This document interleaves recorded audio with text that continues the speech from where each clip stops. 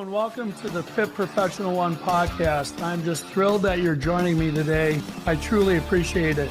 This is my effort to convey my practices and principles for your very best life. I am absolutely focused on maximizing your margin, optimizing your teams, and rescuing your time. Through each episode, I will explore concepts and principles to help you exactly deliver your best life.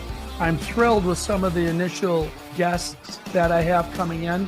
We'll be talking to some Marines about fellowship. We'll be talking to a world-class cyclist regarding the concept of toughness and mental toughness, and so much more. Later, we'll be doing a deep dive into the Apollo 13 archives to see what kind of management principles we can pull up for catastrophic response when you indeed run into issues in your life and your business that need that kind of work. So I appreciate any help you can do relative to spreading the word for this podcast, giving me some thumbs up out there on YouTube and other channels so that we can continue to bring you all these messages and useful knowledge, skills, and disciplines that you can apply. And that is my commitment to you. I have the objective of working to give you actionable ideas that you can immediately implement in terms of what you're trying to accomplish. I believe that as a human being, we are linked in mind, in body, and in spirit, and all those aspects we will be exploring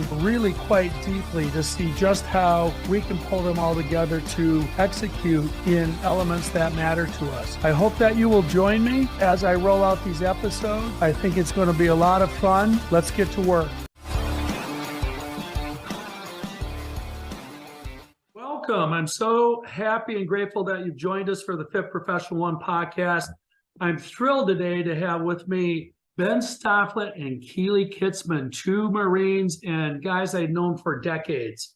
We're going to have a blast today talking about the Intensity Multiplier Principle of Fellowship and how that positively impacts our lives and how we use that just to be chasing our version of our best life.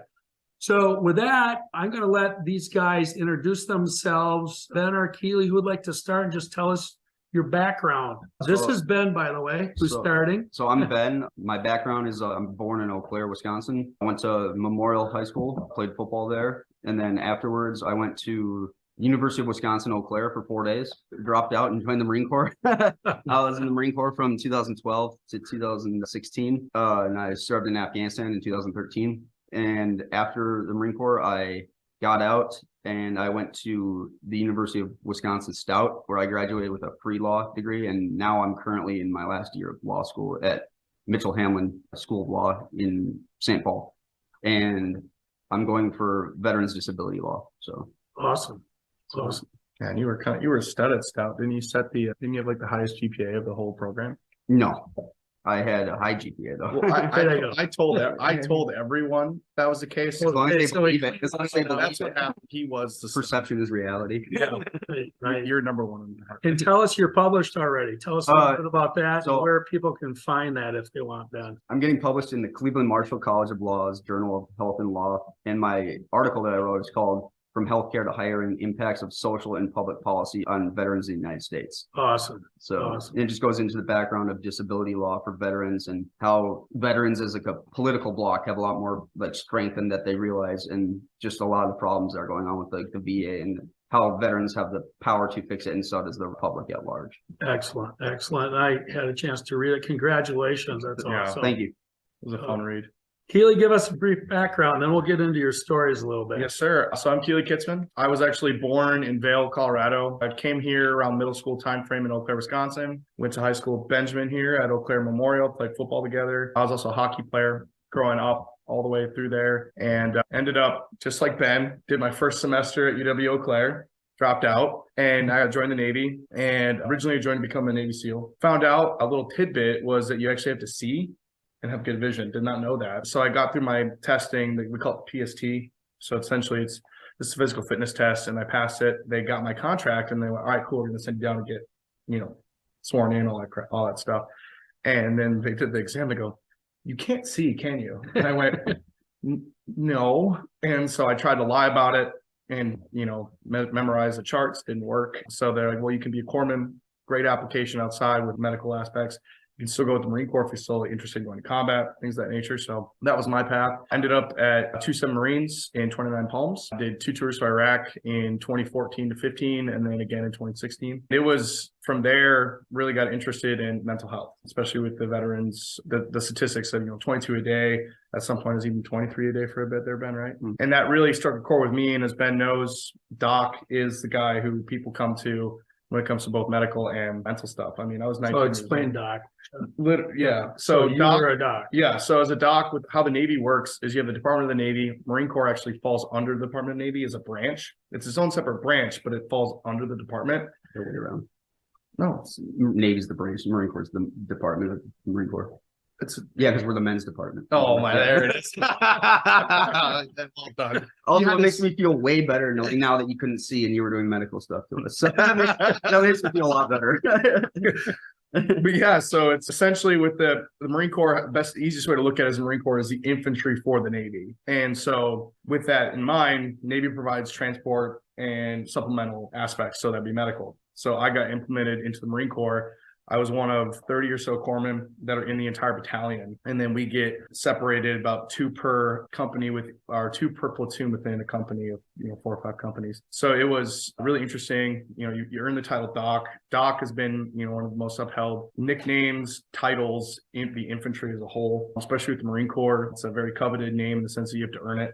There's guys I've known that never were called Doc because they were by last name because they didn't do their job. So at least they did something right. So it's way to go. So I was known as Doc Kitty and got out in 2018, came back to Eau Claire, Wisconsin, finished my bachelor's degree in psychology and biology. And then halfway through, I was debating between becoming a PA or becoming a mental health counselor. And after Ben and I spent quite a bit of time really talking about really what is my goal, what I want to do. And mental health still stayed pretty true to that. So I ended up applying to UW Stout, following in Ben's footsteps, and got into the graduate program, which I just finished my first semester in clinical mental health counseling. Excellent. Yes, sir. No published stuff yet, but we'll get there. Could I brag about Killy for one second? So of course. When he said battalion and company, just so you know the size of that, or so people watching know the size, battalion's about 1,300 to 1,500 Marines, and companies are about 250. So if he was only 2 per company, he's 2 per platoon. So about 6 per company. Yeah. Right. So six corpsmen are responsible for about 250 Marines, which it's a lot of responsibility. So, and that's why it's like an earned title when they call you Doc, is that they know that you could take care of anybody. So it's a pretty big thing that 30 guys can take care of. They're probably the only 30 guys in the entire battalion you could only have 30 guys that are that good that could do their job for an entire battalion. That's pretty cool. Now, Ben, you were in country too. Tell us about that. Yeah, so I was in Sangin district in Afghanistan in 2013. So I was there for 7 months, and I was a radio operator with 3rd Battalion, 4th Marines, which is just the dude that carries the radio around. Pretty important job, I'd say. Yeah, learned a lot about communicating effectively. You guys were essentially top targets for the enemy. Yeah. Oh, yeah, absolutely. Actually, corpsmen like Killy, they have the medical caduce. They take them off because then they're just a target. It's kind of like not having saluting officers because they're a target. And then I can't really do anything because I got the shoot me post. Off your back. Yeah. Luckily for me, most of our, pretty much all of our operations were in vehicles. We were mounted just because Sangin's a really bad area, and it was considered a black zone where there's just too many IEDs. And there's a lot of legacy IEDs, which they planted 10 years ago and forgot, and they're still active. So luckily I wasn't skyline too much, but that was still skyline. So that's pretty cool. Mm-hmm. So Killy, you had a specialty too. Yeah. Tell us what you can about that. Yeah. So I was fortunate enough. I think it was just because of my size, because most corpsmen traditionally, I think Ben can attest to it, I don't know why, but they tend to be smaller guys. I don't know. I don't even know why. It's just like machine gunners in the Marine Corps. Machine gunners. For some reason, the smallest guys got. Yeah, well, they usually have the smallest dude or the biggest. Yeah, behemoth. It's weird. And so my first deployment was with just a regular infantry company, and then basically through circumstance got picked up by the sniper platoon for 2-7, and from that point on, pretty much my career completely changed in the sense that I was now being inserted, whereas Ben, thank you for that, by the way. for tooting my horn. I went from being responsible for, the medical aspect, the true grunt, aspect, to now being part of operations with sniper teams, where we are up in the mountains providing intel for the entire battalion, and sometimes multiple battalions doing like a combined effort. So I got thrown into the loop, and as Ben has pointed out multiple times to me, is that we're expected to be we're just expected to be a Marine as we are a corpsman. But, when it comes to clearing rooms, conducting, any sort of operation.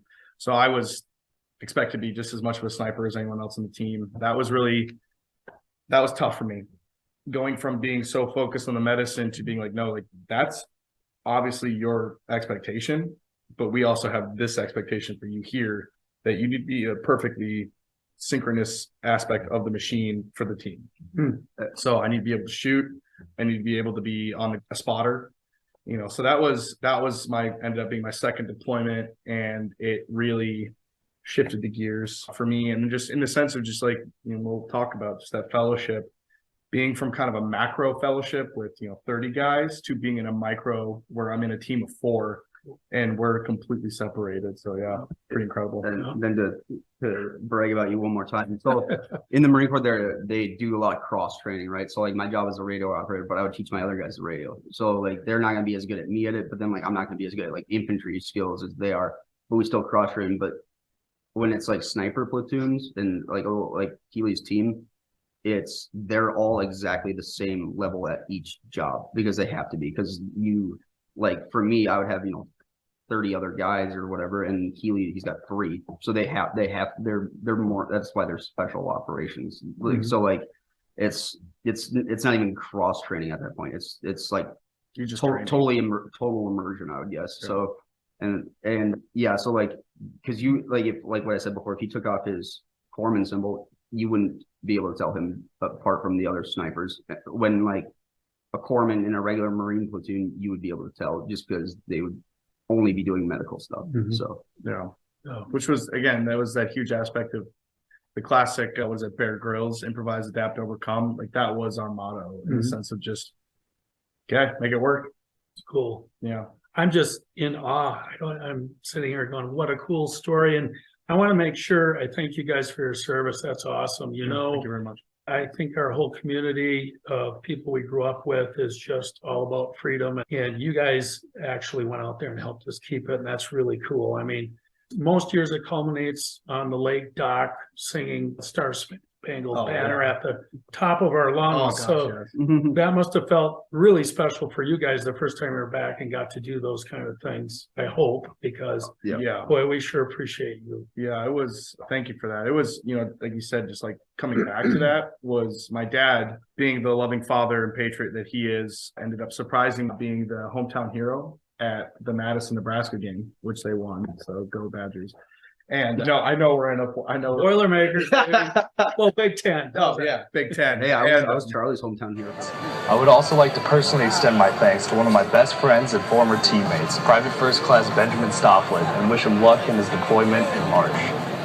Yeah, nice. And I got brought out, and we get to the game, whatever. My dad goes, "Hey, come here," and I get brought down onto the field at halftime, and I look up, and there's my photos that my dad had asked me for, that I just thought he's being a dad, and they're up on the screen.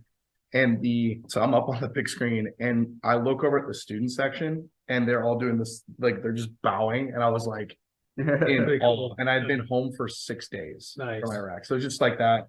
Yeah, and the background is your dad was both a player and a coach, a student coach. Yeah, so my dad was going to play at Madison, ended up having a really bad injury, so I never got to play. But he was an athletic trainer, and then he spent his whole, probably 20 plus years coaching football. He was the man. Yeah, so that was the end. That's a great tribute.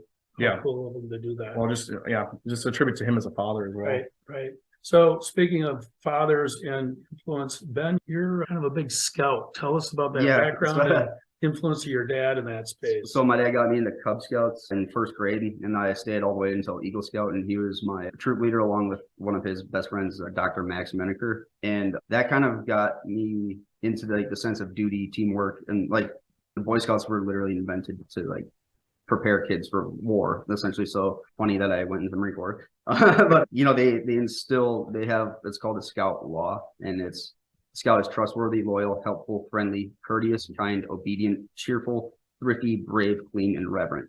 And then they have, actually, that's the motto of the Scout, or the Scout motto is, on my honor, I will do my best to do my duty to God and my country and to obey the Scout law, to keep other people, or to keep myself at all times physically straight, physically strong, morally straight, and mentally awake. Nice. And then That was yeah, and then but then also that, like, when I was like getting to that Eagle Scout level, when it's like the higher level of it, when they really start making you practice, like what, like, you know, like the Eagle Scout project and stuff, that's also when I was playing football. So it's just another reinforcement of it. And my dad, he still talks about like the Scout oath and law to me, like not even when it's like yeah, we'll be like watching a football game, he'll just like recite it and I'll be like, okay. But so yeah, my dad's been probably the biggest influence on me, and I think football and the Scouts prepared me a lot for the Marine Corps, even though I didn't know I was preparing for it. And football, like, I know in your like email to us, you said like a lot of the target audience here has played a sport, but they haven't been in like the military. Well, if they played football, it's the same thing. Literally the same thing without guns. It's a lot, the lessons are all there. And actually a lot of guys that join the military have played sports, and it's because, especially I think with guys, they're always searching for like a tribe. They're always searching for a group to be a part of, like something bigger than something bigger than yourself. And the Marine Corps kind of fills that. And like when a lot of guys get out of the military, they're searching for that again. And that's like I think that's a big problem when guys transition, because they didn't know that they had it. And then when they get out, they search for it. And that's what we talked about when I came back to play football with Eau Claire. That just what he said was, he and I was, thank God I had been when I came home, because I didn't, a lot of those guys don't have people when they come home, and so they isolate, and that's where the demons come out. And I got approached by a football coach, and when I said, I think I'm good to go, I'm ready to play, and I started playing. And first day in the locker room, I went, I want to try it again. And mental health just went right back to that upward slope. Nice. Yeah, because I told you to do it, because I was like, the worst part for me like was when you get out, like civilian world comparatively is like, when I say easy, meaning you're not gonna have to go do things for like a field op for like a month or whatever. It's just the schedule's easier. But it gets to the point where there's so much idle time, and they say like idle time is like the devil's playground. Mm-hmm. And when it gets too easy, you allow yourself to get like complacent, and that's when you start falling down a cliff. And if you don't have that goal of somebody depending on you, like a football team, you won't thrive. And when me and Killy found our like niche areas of where both where somebody's depending on us, like when I'm going to law, veterans will be depending on me, his patients will be depending on him. That gives us like a purpose again, and that's probably the biggest thing, because. Yeah, and that's like the micro level, but when you're part of a team, everybody has that micro level of purpose that goes towards the greater goal of like, for the football team, their mission is to win games. Yeah, so it's applicable to that. That is just excellent and a great lead into what we want to talk about today. I mean, what a great background. And I think the listener will understand why I invited these two young men to have this conversation on fellowship. I want to define just very briefly. My Intensity Multiplier Principles, or IMPs, are actually 16 strong. We're only going to talk about one today, and that's fellowship. What I've done is through causal relationships that I've observed over time, and then formulated a hypothesis and tried it in my life. Sometimes it works, sometimes it doesn't. What I've tried to do here is take a very complex particular attribute and make it actionable. So what I've done is try to simplify it a bit by adding 2 dimensions to each one of these 16 principles. So there's 32 dimensions. We're going to cover 2 today. Intensity Multiplier Principle of Fellowship is made up by the Intensity Multiplier dimensions of trust and loyalty. And if you can imagine a graph, and we'll have some schematics for those of you on YouTube, but for those of you listening, imagine your good old graph, and in the upper right quadrant, we have our desired state of being, where we have high trust and high loyalty. Through that, we're going to discuss today how that actually enhances groups in teams. At the same time, we'll talk about the opposite. What is negative trust, distrust? What is negative loyalty? Disloyal. We'll talk about other attributes of that as well, but our idea over time is to do things, be part of groups, have a mission, that lets us get to the point of fellowship. And in the Fit Professional 1 practice, a big part of what I'm doing is understanding that student athletes essentially end up being professionals and fit professionals. So the play here is similar to what you both already referenced, Ben and Killy, and that is that the lessons we learn in athletics or other items like scouts through our family, those tend to get propagated forward as a fit professional and they still work. Well, we tend to lose our way. You guys talked about that a little bit too, and it's really appropriate that we're talking about fellowship because maybe it'll be a key for some other vets too, where they can focus on action items with trust and loyalty and find organizations that base that on a mission that they're passionate about and then offer that environment. So that's a real summary basis. And over the course of the podcast here, we'll be inserting that image so you can get a better view of it. But again, imagine that we are trying to take actions to move to a more loyal state with our team. And we're doing the same thing to build trust. So with that in mind, again, it's kind of high level. Let's try to add some clarity to it through your examples. So one thing that comes to mind is, and maybe you guys can comment on, is we've talked about where is mission in all of this? You guys both in your athletic and military experience and now in life experience, let's talk about that. How does mission relate to fellowship? I think I can start on that. One of my favorite quotes from the military: mission first, people always. Without the mission, there is no point of having the people there together. So mission is king in the military. So it's everything you do is the mission, even no matter how small the mission is. I could tell you to go get a trash can. That's your mission for that point. And the military does really well is they really train you, sometimes not so nicely, to be obsessive about mission. It's all about mission completion. And I actually wanted to read a quote that I really like. So this comes from a guy named Martin Treptow, and he got killed in World War I. But when he was killed, people found within his jacket a note that he wrote to himself. And he says, "America must win this war. Therefore, I will work. I will save. I will sacrifice. I will endure. And I will fight cheerfully and do my utmost as if the entire issue of the whole struggle depends on me alone." And I think that's what the Marine Corps and the military as a whole preaches. And I think like football does that too. You learn your job and it's part of a controlled chaos thing for the ultimate goal of what that mission is. Yeah, it's really interesting. It starts with the individual. Yep. And that's and like, Ben mentioned with the, the athletic aspect of it with football, truly having, we've all done it, watching film and you watch a play fall apart. And it's not because the whole team failed, but it's because a lot of times it's one person failed their mission. Mm-hmm. And then it caused an entire domino effect to everyone else. Even though they might be completing their mission, their aspect of the mission was dependent on that one aspect. Mm-hmm. And you watch it collapse. And then when you watch it succeed, it's like, oh my God, it's just this well-oiled machine of mission. Yeah, that's a perfect one to talk about a couple of quadrants. So yeah, with that background, what does that state of being look like in the quadrant we want, where we have high trust and loyalty? And then what does that look like in the quadrant where we have low trust and low loyalty? Right. How would you see that unfolding? Oh, yeah. You look at those, like they talk about the problem players in teams where, the most skilled guy, and we talked about, you mentioned like we've mentioned before in previous talks about, hard work will trump effort or hard work will trump talent.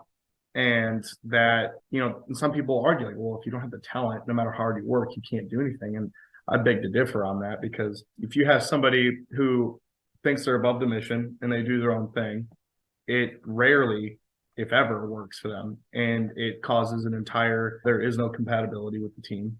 There's no mission to be had because the mission is completely thrown out the window at that point. And that's when those guys, you look at those NFL players that were the problem player and they're a cancer to the team and they get cut. And on the flip side, you see the guys that, it's the fullbacks, the tackles, the linemen that they're not getting these incredible accolades. They're not getting all the interviews and such. But when you watch them on film, that man has done his mission to a T, because that's what, he had the trust and the loyalty to the mission, to the program, to the training. This is what I have to do to make this work. And when you see everyone doing that, it's almost like beautiful, for lack of better terms, to watch that happen. And in the military, when we would run in missions and you'd see, an entire, platoon taking on a trench, we ran it. I was like one of the range 200s. And we ran them all the time. We knew I could even still now write out to you, draw it out for you, like where everyone would go and the mission. But when you'd see, we get, because we call them coyotes, and they'd be actually observing us and grading us on how we did, and they would talk about person by person what went wrong if we failed the mission. Like even if like by the end, like we finally got there, I'm like, well, this could have happened half an hour ago had you stuck to the mission, stayed loyal, stayed trusting in what you were told to do. And that's where that negative quadrant comes in, and you see that. And I was even part of that, where I thought I was doing the right thing because I knew better, and I became the Achilles heel of my team. And especially when I was younger, and then once you then I started trusting, buying into the program, as they say. Right. And you see that. I don't know if you. So Ben, if you could, that awe-inspiring quote, we got to go back to that. Yeah. I mean, that's awesome. If you could, mission first, people always. well, this or Martin trust out. Yeah, or both actually are probably applicable. But if you could kind of get in that guy's head, I mean, that's still, his note is still inspiring soldiers today. Right.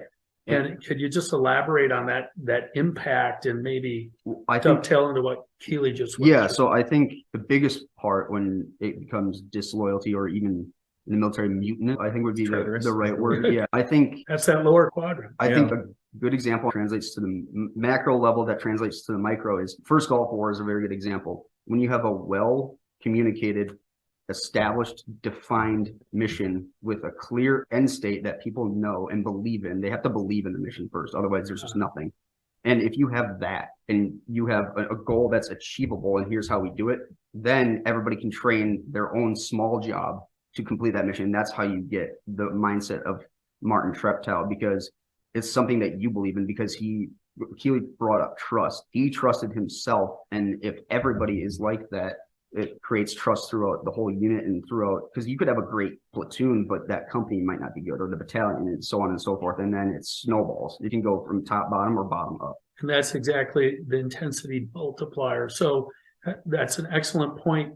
So speculate on what you think the impact of Martin's just being was on his, what's his smallest troop buddy system, to be honest. But that's fire team. Fire team before within a squad. Yeah, and so, but like his expectations, his mentality, his influence. I mean, yeah, like you have to believe in it, because like in a fire team, you have to know your job. Otherwise, your fire team won't be able to do its job, and then your squad doesn't, and so on and so forth. So I think the biggest thing too is to have that belief in yourself for mission success. That's why the Marine Corps is so obsessed with brilliance in the basics and training. If you're competent in your job, you will trust yourself to do whatever they tell you to do, because you know you can do it. And the Marine Corps is always putting you in positions where you're not confident, and its entire purpose is to make you confident. Like when they make you go in the gas chamber, you can feel how like shitty gas feels on you. But then when you put your gas mask on, you're like, oh, it works. So you trust your gear, and you trust your guys, and you trust yourself.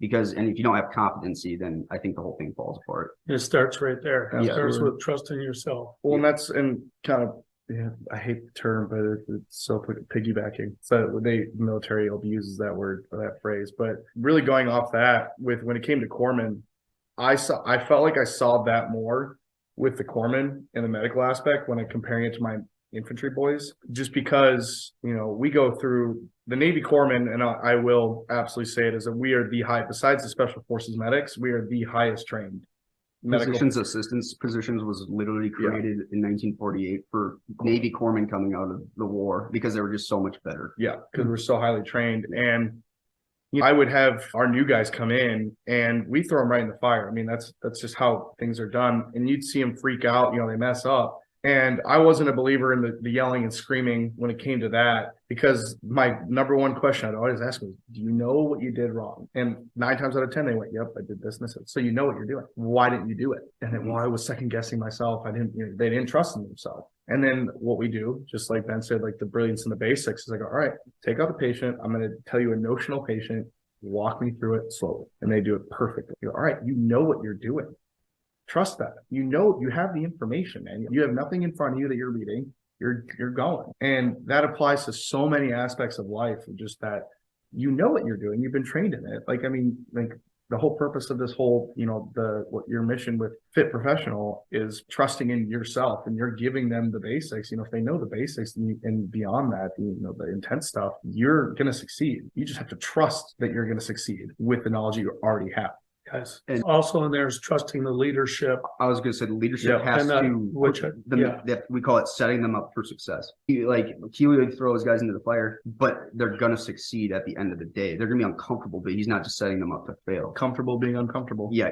That's a good way to put it. So as functionality, I've always thought leadership is getting kind of dumbed down in the professional world because it's being extrapolated to try to count for everybody. And clearly in the military, when you're going in, you have a hierarchy of leadership. And that with all the practice, with all the reps, with all the deliberate practice and simulations, sounds like forcing failure, just like the Apollo program does that I talk about in a different podcast coming up. You guys make adjustments, and the leaders also practicing making decisions too. Yeah, and we actually practice leadership. Tell us more. So we go to like things like corporal's course. It's all about leadership. They tell you all the leadership traits, and like they tell you, like I was going to bring up, you never ever will make somebody do something that you won't do yourself or have already done. So you have to always lead by example. You can't just expect people to do it. And then you have to look at people as people, not as task completers. You have to, and we always say, know your Marines and seek self-improvement. And always be asking, like,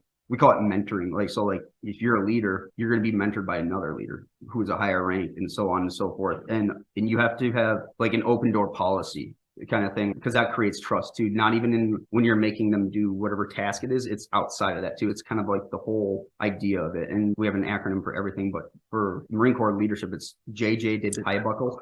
Yeah, it's justice, judgment, decisiveness, initiative, liberancy, bearing, unselfishness, courage, knowledge, leadership, and endurance. Yeah, so we feel damn good, guys. Yeah. You've been on a while. They hammered in you. And then they start the leadership training at the smallest level. So like when you have, like what we were talking about, you have a fire team leader, then you have a squad leader. It's always a leader. It's not, or you have a platoon leader. It's always leadership. And the Marine Corps is obsessed, probably more than any branch, about correcting deficiencies like automatically. So like they call it like policing your own. Mm-hmm. So if everybody's held to that standard and you're always doing it down and across the board, it helps when you get promoted. So you can, because then otherwise sometimes like you get the thing where like you're friends with the 3 guys in your fire team, and then one of you gets promoted. That could make it go downhill because you won't listen to them. But in the Marine Corps, you're so used to correcting everything, even in yourself, that you have no problem doing it. So pulling out similarities and things we can use in our civilian lives, in business or with our startup or whatever we're doing, our organization, our Friday night volleyball league, whatever it is. One thing I'm hearing, and I'll go through a couple of things here, and you guys either correct me if I'm wrong or maybe okay it. Number one is, it sounds like in the deliberate practice, the rep, the decision maker, which we're calling the leader, is trusted by his team or her team to accurately assess skill gaps and then recommend what needs to be done to fill those skill gaps, and then try again until a standard is met for that particular practice. So if I balled all that up, one of the major roles of the person we're referring to as a leader is to manage accountability. Yes, it's all about your accountability, self-accountability, mission accountability. It's all that. So, but the trust, remember fellowship. So we have the trust and loyalty. So there's high trust. Right. It's not given freely. No, it's developed in the deliberate practice. Absolutely. Where you get to see the person in that role make the tough decisions and perform it. Do I have that part right? Yep. And then by you succeeding in the situations that they set you up in, it helps you trust your leadership more. Because if you were just giving somebody a task that they kept failing at and there's no learning lesson or even bettering them, then that's going to cause them to go down the other curve of disloyalty, where they're like, well, this guy's just wasting my time and I'm not learning anything. I'm not getting better. And then it's killed. And then, And then high stakes. Yeah, it's high stakes. And then so you have to create an environment for the group to have them have something to overcome and have shared experiences, but with the end goal that they can succeed together. And sometimes like for like a company building, a team building, it's something that none of them could do alone. It's kind of like an obstacle course kind of thing. But if they all work together, then they can complete it. And then another thing too is like you always hear like the military lingo, having a shared lingo like in a company or like in a team. Language, yes. Yeah, having a shared language, that's huge. I would say it's actually probably underrated. And then somewhat comes out of the mission, I would think. The shared mission actually absolutely determines a lot of the language. And then I would say creating a unique sense of identity for your team. Because like we'll have inter squad competitions, inter whatever competitions, it's so they can take pride at the lowest level, or like you'll give like your troops just a little contest in whatever, and it might be like you get off an hour early or something like that. But it has them take pride in the lowest levels. And even I would say after the only thing that the military does on an individual level is we call it field day.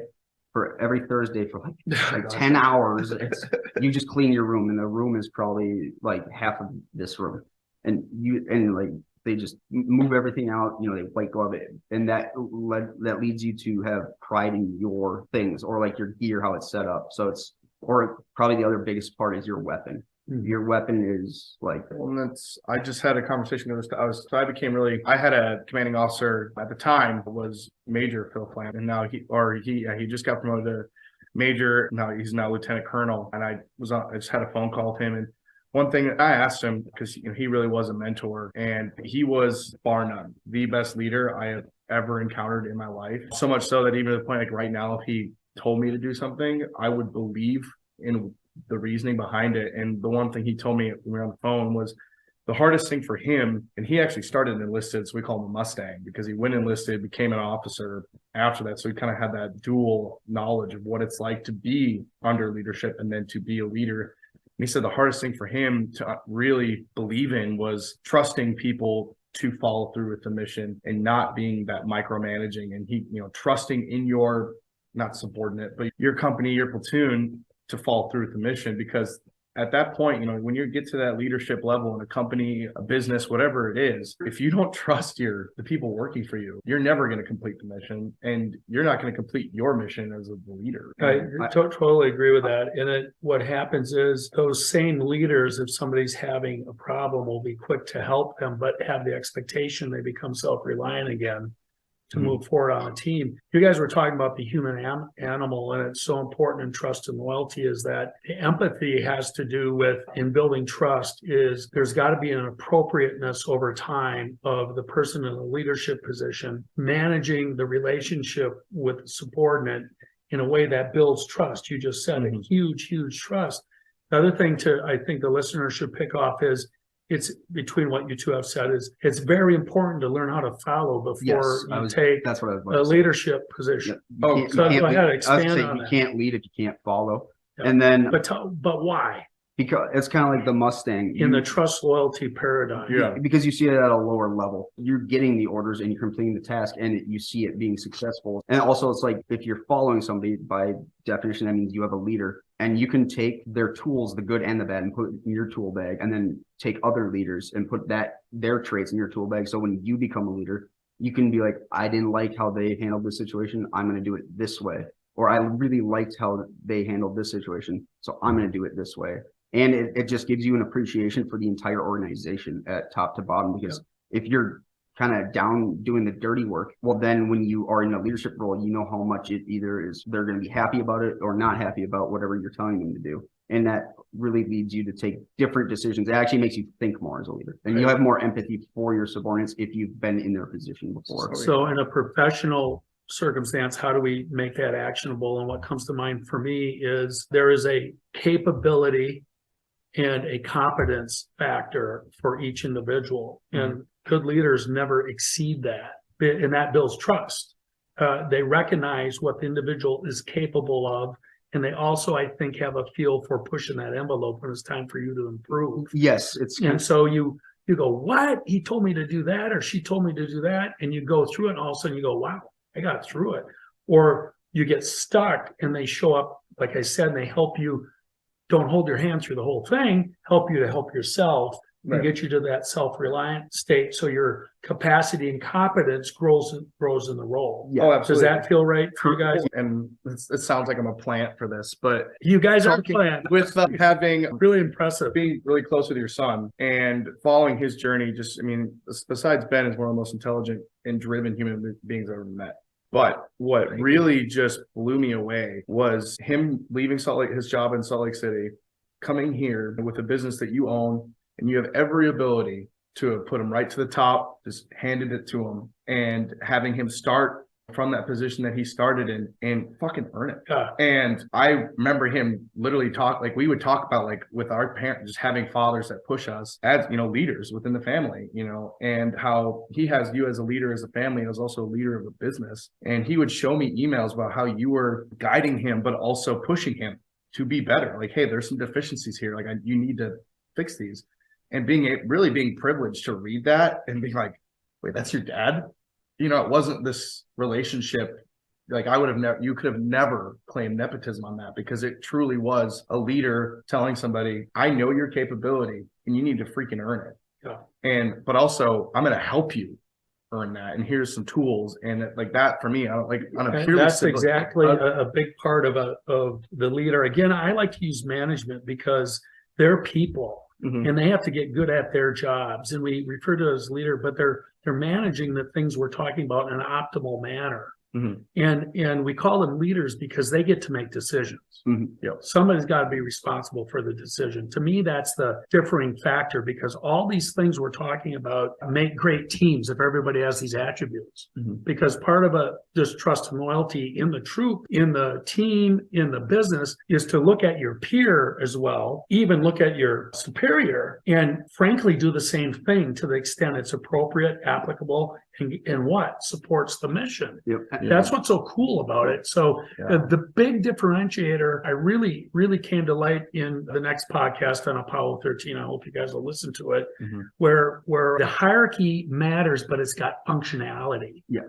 And it's the only differentiator really ought to be. In other words, I'm not arrogant. Mm-hmm. I'm not better than you. I just have a different role and responsibility. Yeah, that's all it is. And then the subordinates hold the manager to that thing we refer to as leadership, is that decision-making capability when it sucks. So you both want to say a lot here. I can see it in your eyes. I love it. Rock and roll. Well, I mean, it was with Phil Flambert, when I really, deciding factor of this is the man I'm going to fall into battle, was, we did a full exercise. I think it was MRX and McCree, one of those type things, week, month-long things that were out in the field. And then afterwards, he pulls in and he would pull in the subordinate leaders, the platoon leaders, all that stuff. And he'd ask them, what do you think? How could we do better? And it wasn't him doing it. And he was saying well, what do you think I did wrong? And no one would say anything well, I think we could do better, sir, all the stuff. Because that's not what I'm asking. What do you think with directives I gave you, objectives I gave you, was that something that was attainable, or is that something that we need to work on my end to make it more mission capable? And I sat there. I was like, are you kidding me? He's a freaking major. And it was mission-based. It's mission-based. And I think in the professional world, when you guys get out there and get in your organizations, that's a huge part that's missing. It's different reasons than mission that they're bringing up, exactly the kind of thing you said. But if everything goes back to the mission, because it does on sports teams, it does in the military, I believe it does in really successful organizations. Oh, yeah. Then we're talking about the mission as opposed to you suck as a leader, or it's more like, okay, I made that mistake, and here you have a superior has a sense that it didn't go right. Yeah. And the mission, besides completing the mission, we got to switch into that too, is getting everybody back alive. And the civilian version of that, I'd love to hear what you guys think that is, because there are, like mining, non-metallic mining, mm-hmm. you do have an element of safety that is saving lives, mm-hmm.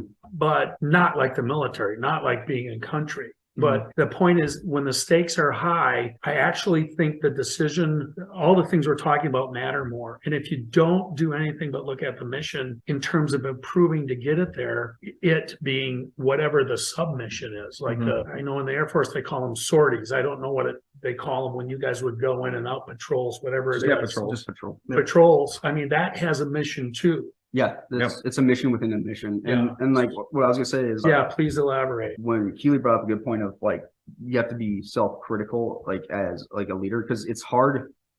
Like when I say get in there and do the dirty work and like to follow before you can lead. Yeah, it's easier for like a lieutenant to come and fill sandbags with us than it is for like in the business world for like a CEO and coming down and doing one of their jobs. But a way to insert yourself into the lower ranks or whatever you want to call it is asking them for feedback, because then you're giving them a chance to almost lead you. Yeah. And I think the hardest part about any leadership is knowing which hat to put on, because you were talking about it before, like when are you a guide, when are you the guy saying no, this is what we're doing? And that comes with what I was saying before, how the Marine Corps practices leadership. Right. You can't just be a leader. You have to be I like to say involved leadership. You have to be involved with them and yourself, and you have to keep getting better yourself. Otherwise, I mean, it doesn't. It's excellent. Back to management again. You're managing development of human beings. And there's going to be another, I think I'm going to do a podcast on it. I call it positive drop-ins, PDIs. Okay. And does the general drop in to the private, or does the lieutenant drop into the private? Both. And okay, but there's an appropriate time. And a business thing I want to give you is my organization will go do trade shows. And what I found out, really, I wanted to be there and help and coach. But with my title, CEO and owner, when I was there and help and coach, and my card was laying there, it doesn't seem practical to me. There's people on my team that are far more technical, but I believe in having them be better at their jobs.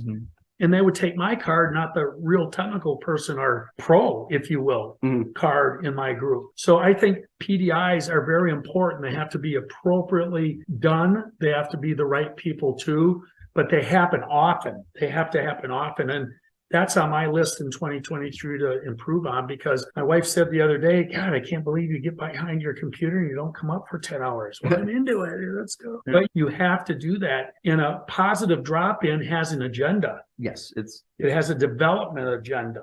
Always. So I'll stop there and have you guys elaborate. But to me, I'm trying to find crossovers into the professional space from what you guys are talking about. And this does crossover. So the first thing, like, doesn't matter what rank the higher up is when they drop in. How are you guys living? It's always troop welfare. They're always asking how things are just in general. And then what were you guys doing out in the field? And then, well, we were learning this, show me. And then it might be nerve wracking, but you're right. There's always an agenda. Show me is an accountability. Yes. And then it's also for him too, because then he's like, if you do it then like correctly, then they're like, okay, we're doing well in that. Let's continue to hone that.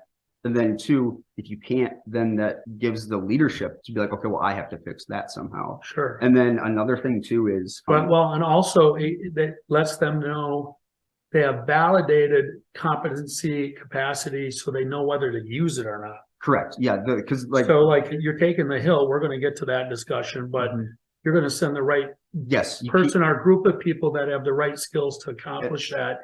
And that builds trust too, doesn't it, with the team? Yeah, that's because they're not going to send the wrong guy or gal. That's why and when I said you have to know your Marines and seek self-improvement, exactly. You're not going to send the worst guy that's a runner to go run. Like you're just, because otherwise you're setting them up for failure. And then if they fail, then that goes trust downhill. And then like another thing though too is like, what was it say?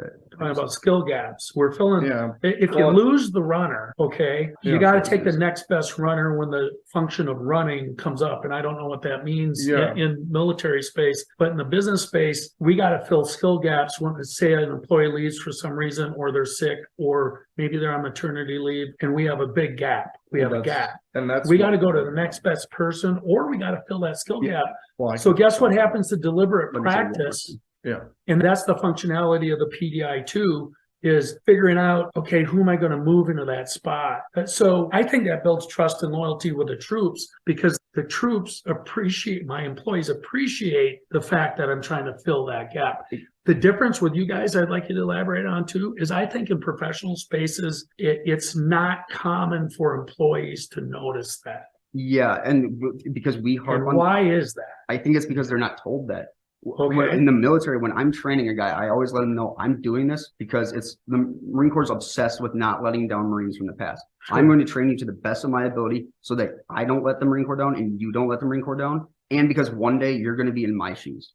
And you're going to have to be passing on those leadership skills. So like, and it supports the mission. well, the whole not letting down the Marine Corps is like, we're going to complete the mission. You guys get to a point in the military, and I think athletic teams do too, where the manager, who's got the leadership responsibility of the final decision, doesn't have to constantly go over the mission. No, because you have such belief. Doesn't that make efficiencies? Yeah, it makes efficiencies, but also the thing though, and that's why I said before, like the clearly communicated mission, and that doesn't have to be once. It should be a couple times, but it doesn't have to be to the point of obsession. But you got to tell troops or people under you, where are we right now? Where do we want to be? Here's how we can get there. You have to give them clear, achievable benchmarks. You can't just say, go do this. Like you said, helping them through it. But that's hit a benchmark. That's a success, and acknowledging with self-reliance as the objective. Correct. Yeah. Self-reliance. It's because it's like training wheels. Capacity, capability. Make sure they got it. Yeah. It's like when you're teaching a kid to walk. Yeah. You'll help them up when they fall down, but you're not going to make their legs move for them. Yeah. You're going to be there to catch them when they fall, just like the leadership, because it always falls on the leadership. They learn how to get up. Yeah. And you learn how to get up, and that's part of it. But you can't be walking without ever falling before you are held your hand a little bit, and then it's a slow cycle. It's like we always say, you have to crawl before you can walk, and you have to walk before you can run. Right. And it's a process, and it's a never ending process for leadership. It's continual learning. Yep. And you can continual development. That was one thing. Cool. Because you had to sit on them with Corpsman. We're constantly giving classes on combat trauma and how to do that. And I know you were a CLS Marine. We use the term CLS, combat life saving. They're like we mentioned, is I'm one doc within a squad, or there's been times where I was the doc within 15, 20 guys. And what happens if I go down? Cross training. And so that cross training, and like you mentioned with the PDIs, like a positive drop in, is the amount of times that I knew a good leader when I'm giving the classes, and then I have like my board, or if I made a PowerPoint to with pictures and stuff, because you need that visual thing. And then I look back, and there's my lieutenant or a captain sitting in the back writing stuff down. Mm-hmm. And then it fully applied then, like you mentioned, like coming in to fill the gap if you needed to as a leader. And we were in training exercise, Marine blew off his fingers during a mortar round, and I snapped in, did my thing, and the first person that's there is our leader. And he's not yelling at me to do anything in a sense of medical. He's asking questions like, Doc, what needs to be done? And I tell him that because of that cross training, all I have to do is give him is little cues, and he's already doing it as a leader, and then using his leadership aspect of making sure that there's a bird moving, there's some sort of vehicle getting to me so that I can get my patient off the X and to a facility. He was able to use that cross training gap to then not only apply the skills that I trained him with, and so that, he dropped in to learn that. And that to me, I was like, yeah, that's the man. But also then putting back on his leader hat and going, all right, decisions need to be made. Doc told me this needs to happen, and I know how to make it happen. Right. And a big thing for that with like trust goes into, like when I said competency, but also confidence.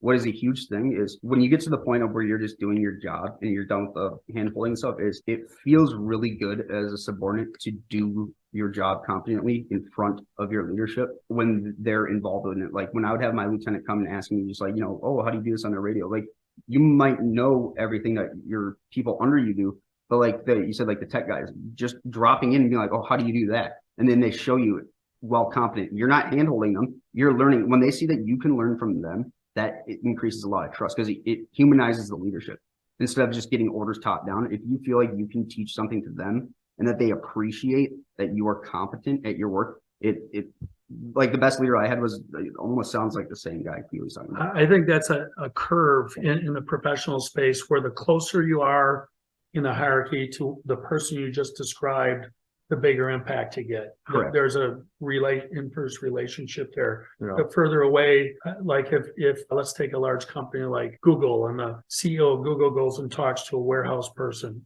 super. But what is the net impact as far as trusting? In other words, no bullshit. Mm-hmm. That CEO in that particular space might listen to it, but there's not going to be cross training there. It's too big of an organization. And that's why the same as opposed to the person in the warehouse. Yep. Huge inverse relationship is all I'm saying. And right. I think 100%. that's another piece that you guys take for granted, where in the professional space, they think that's a straight line curve right to the top. Mm-hmm. Yeah, there's even a reality show, right? Dirty Jobs. Yeah. Oh, yeah. So With that, we're doing the Fit Professional 1 broadcast. It's great to have you with us. We're going to further develop this concept.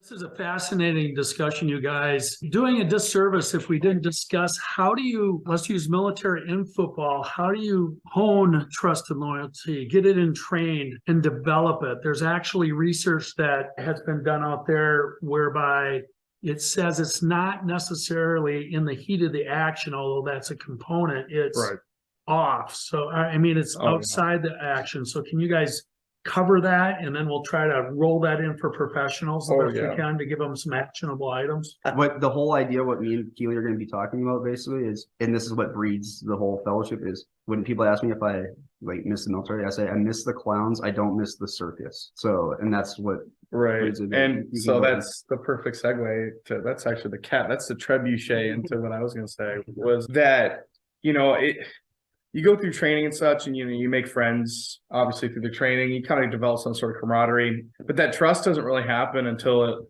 you really get, into the fleet, and which is what the term we use when you're done with your initial training and you're actually within the true unit. And a couple of corpsman buddies of mine and Marines, half the time when we talk on the phone, we talk about the love that we have with each other. We're talking about the stuff that we did, like you said, off the set, offset, if you will. And it was incredible to see how that trust was built within each other, because obviously mission, but a submission of that is, if you don't trust each other, you can't even begin to plan for the actual mission. And so when you have guys, even if it's just sitting around drinking 30 racks of beer, it's that camaraderie and just team building just within a 20 by 20 room, and you're fitting 16 guys in there, and we're all just sitting around talking, shooting the shit, talking about girls, talking about home, but then you really get to see the character of who that person is outside of the field, because there are plenty of times, and Ben and I talk about all the time, where great Marine, horrible dude.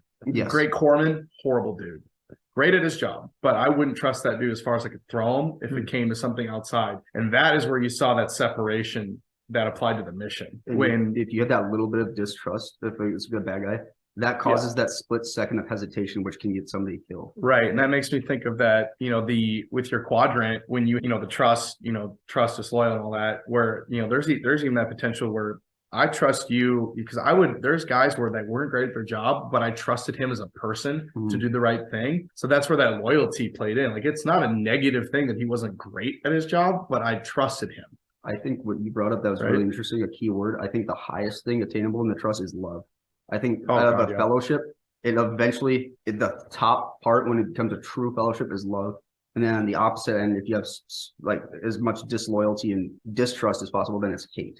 And I think those are probably the two extreme ends. Now, that's not always going to happen, and it's hard to happen. But like the whole term, misery loves company. That's usually when you get to love, is when you're all overcoming something together, or just going through something together, even if you don't overcome it. Sometimes it's just, we call it being in the suck. And and there's a term where we say is like, you just got to learn to love the suck. Yeah. You just gotta sit in it. So like, for a business, the goal should be love. You're always attaining the highest achievable thing. It might not be feasible, but you're always shooting for it. Like the Marine Corps is always shooting for perfection. We're never going to get it though, but we've been trying for 247 years. We'll probably try for another 247 years, but so like, if you can get as close to that love part of trust, everything else will be like, then that's how you get the organization, the culture permeating through the whole organization. And that is something that can start at the lowest level, and actually almost has to. Well, you look at it, I remember watching when they landed the rover on Mars in 2018. One of the rovers,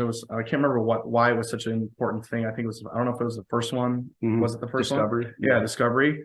And I'm watching it live, and Ben talking about that love. They're not a military organization. They're private.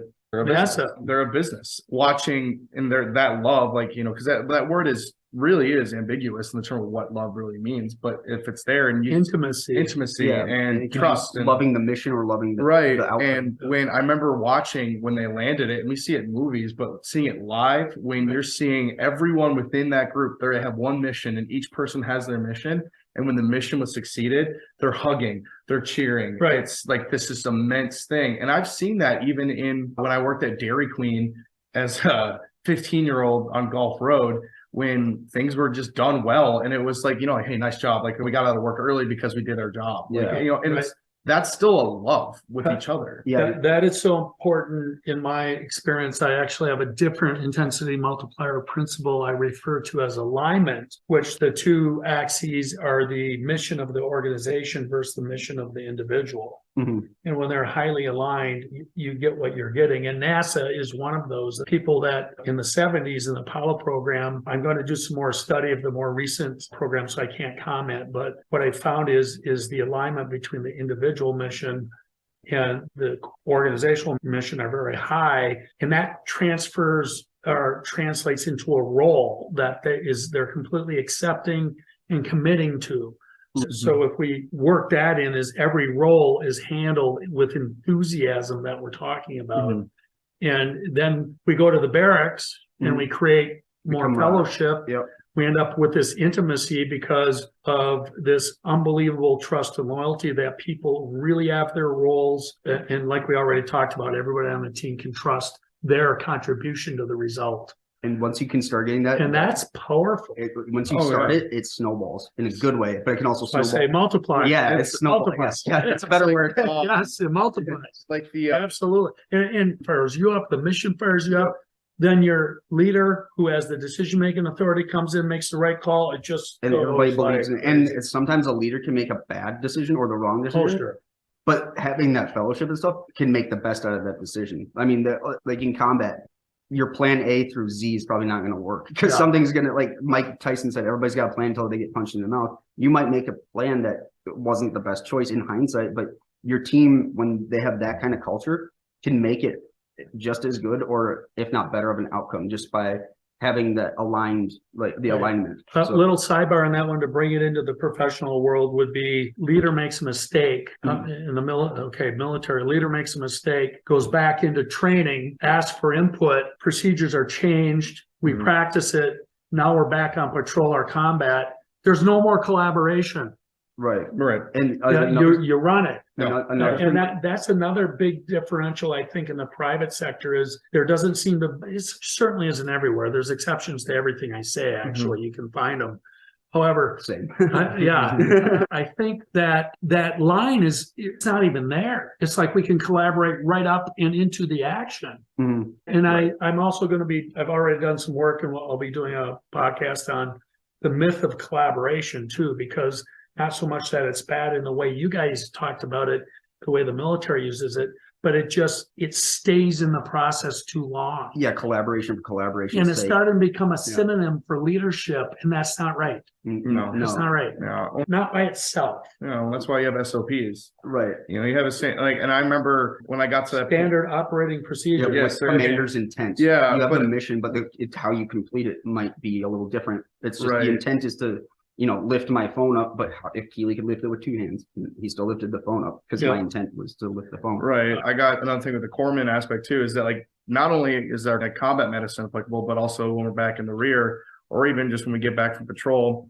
and we have, I was thinking of in the barracks when you put IVs on Marines. But we're running a clinic, training. But it is. And oh God, with that, Paul, too, I'll actually touch on that maybe. But it was the reality of we have stuff that needs to be taken care of, medical records, vaccinations, whatever it is, medicine, even just supplies. And we would have an entire stack of SOPs. And when the collaboration needed to be done to set this standard operating procedure, it was done. The collaboration needed to be done to make sure that it was as efficient as possible. And then you implement it. You execute. Yeah. And then if you see somebody, and that's like if the leader, and a lot of times too, like our leaders would do something. And I was fortunate with pretty good leadership that somebody on a lower, the lower spectrum goes, I just don't think that's efficient. And they go, all right, well, why? And then they would present that. And then that's when the collaboration is necessary. And that's an excellent example too for the private sector. We often get this isn't efficient, but there's no suggestion behind it. It becomes somebody else's responsibility. All you're doing is just bitching at that point. If you're not offering a solution, you're just bitching. And then another thing I was going to say is the biggest thing a leader can do sometimes is say, I was wrong. If you let your Sure. employees hear it, you'll be amazed at how much that can improve the trust. Now, that's not saying like I screw up every day and everything. That's not like that. But it's like if you actually are wrong, admitting that, or like what you said, like saying like, oh, well, how would you do it? Knowing when to be a democratic leader, when to be authoritarian. That'll build so much trust because then it humanizes you. Then you're not just basically a bully. That's a really good lead into one question before we got to cover dying on the hill and correct that for the professional world through your effort. But so you talked about the good Marine, bad dude. What's the action plan? Is it role change? Is it work fellowship more? How do you deal with that? Because you can't sit, you hear the tales in the movies that you get shot in the back for a bad enough dude. Yeah. I would say it depends on the lives. severity. We don't want to talk about that. No, yeah. But in the private sector, if you have a bad dude, good Marine, we can fire somebody. Well, we can do the same thing almost because Tell us about that. So like what? But that's a reassigned role in the military. Correct, but they're not going to be in a position to kill people or to get them killed. So we could just have them not deploy. So you'll be still in the Marine Corps. It depends on like the severity of how bad the person is. Now, if it's just like a bad attitude, that can be corrected through just like leadership training and all that stuff. But if they're just bad and they're a cancer to that point, well, then it's kind of like when we were saying before, you have to put people in for the success and the success of the mission.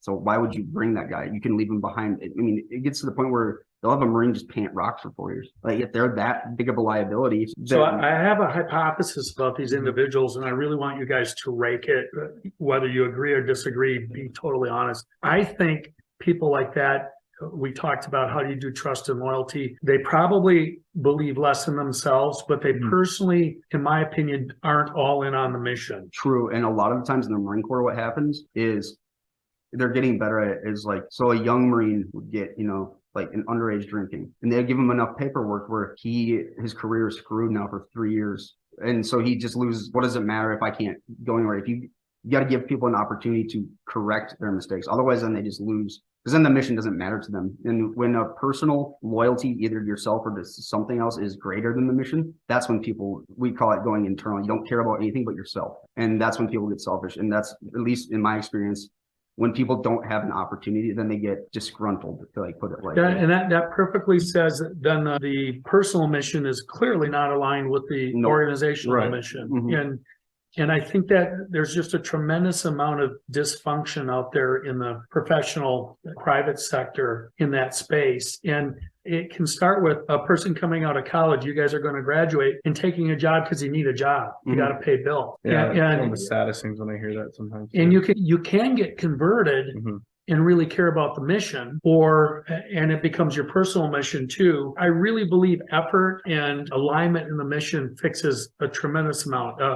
There are 15 other intensity multiplier principles that matter, but in this particular one, I think does that ring true? Yeah, it's sports. It's hard to. It's because it's like if you get a guy like what you're saying that is just coming here for a job, he's probably not going to stay there for a while anyway. He's just looking for basically a stepping stone. So there you go. And you guys can't force people to sign a 4-year contract. Like I really am a believer you can't force intrinsic motivation at all. All you can do is create the circumstances under which it can happen. They have to want to be there. I truly believe that. Yep, they have to want to be there. That's why they always can lead the horse to water, but you can't make it drink. It's like we have a joke. I have USMC tattooed on me. It's you sign the motherfucking contract. So at some point, everybody outside of like a military draft, everybody wanted to be there at some point, and that it reinforces it. Or like even when we're doing jumping jacks, we'll go 1, 2, 3, 4. This is what we asked for, and like something like that. But like with sports, it's kind of like you get, I guess you could call it buy-in, like to the team. It's like if they're just there and they're just like kind of trying it out, not saying a tryout, but like usually those people, like you said, they might be converted, but they might not. But those are, I would say, when you have a long-standing organization or like a team that you're working towards something that takes multiple years, those guys are going to always fall through the cracks and be in the organization at some point anyway. And there's honestly not a lot to do with them except you always got to give them the opportunity to succeed like others. But at a certain point, it's almost kind of like you can only do so much for them. And then they're going to make their own decision to not be a part of it. And I think the biggest thing a leader can do in the business world or sports is identifying those people as quickly as possible. There's an intensity multiplier principle I call toughness. And the two components are force and pain. I absolutely love it. You get smarter, you get stronger. Well, there's a fellow I hope to get on one of the podcasts about that who said, and this, I don't think he's the one that originated this, this, but you have to be tough before you're good. How I paraphrase what you said that I think is actionable in the private sector is you need to get your team members, the individuals, to respond to the force. The force is different things. You could lose an employee. You could have a competitive thrust. You could have a customer complaint. My God, in a safety situation, you could have a lost time or a fatality. Those are forces on a business that cause emotional, spiritual, and physical pain. It's if we react, in other words, the freak out. There's a great book. It's called Do Hard Things by Steve Magnus. I'd highly recommend it. He covers it. I don't think it's complete. I love reading books that kind of support. He supports on the force end, and he talks a lot about the difference between learning how to, rather than react, you respond. And when I listen to you guys, it's just going through my mind. I mean, you are tough because you don't freak out. It comes through training. Training is the best way to breed it, because we call what we call Cooper's color code. Deliberate practice. You deliberate practice because it builds confidence. If you're confident, you're tough. You're building mental toughness.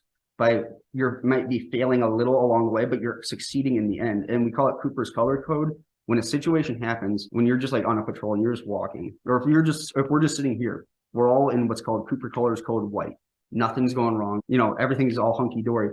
Yellow is like if you're walking around at night, you're just a little more aware. Orange is where we want the Marines to be in combat. You are aware of everything that's going on, but you're responding and you are doing what you're trained to do. Because when they say like Marines are robotic, it's because we have instant obedience to orders and we have what we call IA drills, immediate action drills. Something happens, it might not be the right decision, but a decision is better than no decision. And you're immediately acting towards it. And your training will give you confidence to get through the bad things, like if it's a complaint or whatever. You always have a baseline, and that'll give people confidence. And then Cooper's color code black is when you're just reacting. It's when you just go internal and you're freaking out, and then you're not. So amygdala's firing, right? And then you're just a fight or flight. Then you're just fight, flight, or freeze with no thought. And then you're just a liability to yourself and others. And you're just your frontal lobe is shut down. That was with medicine. That was one of the times I saw that full black situation where we had a mass cast come in. This guy was our leader. He was the head medic, Army medic, and he's never really dealt with something of that magnitude. And they bring in these casualties. Dudes are just absolutely fucked up. Ben's seen the photos. I mean, dudes are missing limbs, everything. Ugh. And he froze. And because I was in orange, which was act, I literally Spartan kicked him in the chest out of the way and then started directing. The only reason that ever happened was because my leadership made sure that I was put in trainings and reps that I knew if shit goes down, I'm not reacting. I'm ready to respond. So I saw that he's failing his mission right now. I'm going to I have to take the helm. Like, if you as the CEO, what happens if the CEO's not there? Somebody's got to be ready to take the reins. And that's leadership of training that person below you. So I had that leadership teach me that, so that when it happened, no one even noticed until after it happened. And it gives Killy confidence, because like Killy might not have known, like, because every medical situation is different. Like what he's saying is he has a baseline to start out with. He was responding, and then he can go back to his training. He might not know, like, oh yeah, I know exactly what to do for every 100% of things, but he has an idea and he can make better decisions, and he can at that point collaborate. Hey, this doc's better at this. Come over here, help me. When you have a baseline and you have just an immediate response, what we do is we turn to we call it contact. We turn, we get down, and then we start buddy rushing forward. So you at least, no matter what happens, you don't really know what you're doing in the time, but you are at least on a baseline. And if you can just take that second, we call it like a tactical pause, that will get you through everything. Because the worst is when something instantly happens. That's when people freak out. But if you have basically our immediate action drills are to combat the freak out. Mm-hmm. If we can just think about and train about, turn towards it, get down, and then start moving forward, that happens before all others, any other action, before you even have to think. And that usually is good enough to defeat the meltdown. And cognitive dissonance. And your amygdala firing, and it shuts off your frontal lobe. Something for leaders to pay attention to, like when Killy saw that guy, because I've seen it too. It can happen to a person that's been in that situation too. It's hard to predict, and that's on the combat side. But usually when it does happen, it's either something somebody wasn't prepared for, or they've been in something for too long. Yeah. It's usually not the intensity, it's the unexpectedness or the duration. Yeah. So bringing this all back to fellowship, and again, for the private sector, clearly deliberate practice is very important. And the fact that you create situations where you actually force failure, fail in a place where the consequence is lower. I'm not really a fan of a safe place, because what we want to do is using that term. It is we want to know that even though we make a mistake, it's a simulation, it's a practice, it's training, so that we can correct the situation there.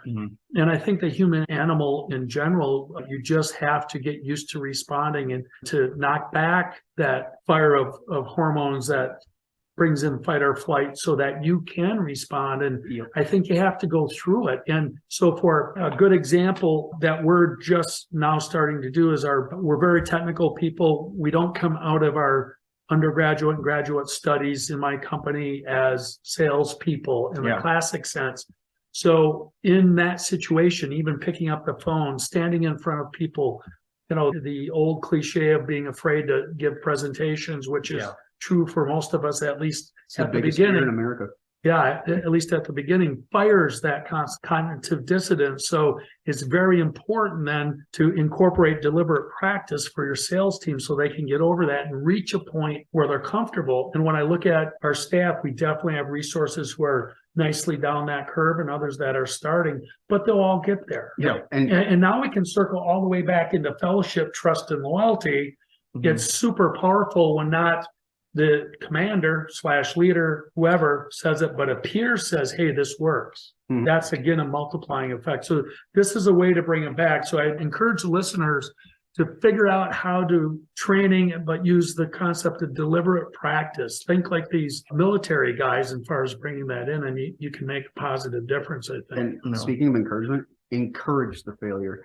Always remind them that we're doing it now so you don't do it when it matters. There you go. Because you encourage that failure, because then they get confident and like, oh, I make a mistake, but this worked last time, so I'll do it this time. They get a little better and better. Encourage that failure and let them know it's okay to, like what you said, making mistakes. And it builds trust in the leadership because they see that their leader is there with them the entire way.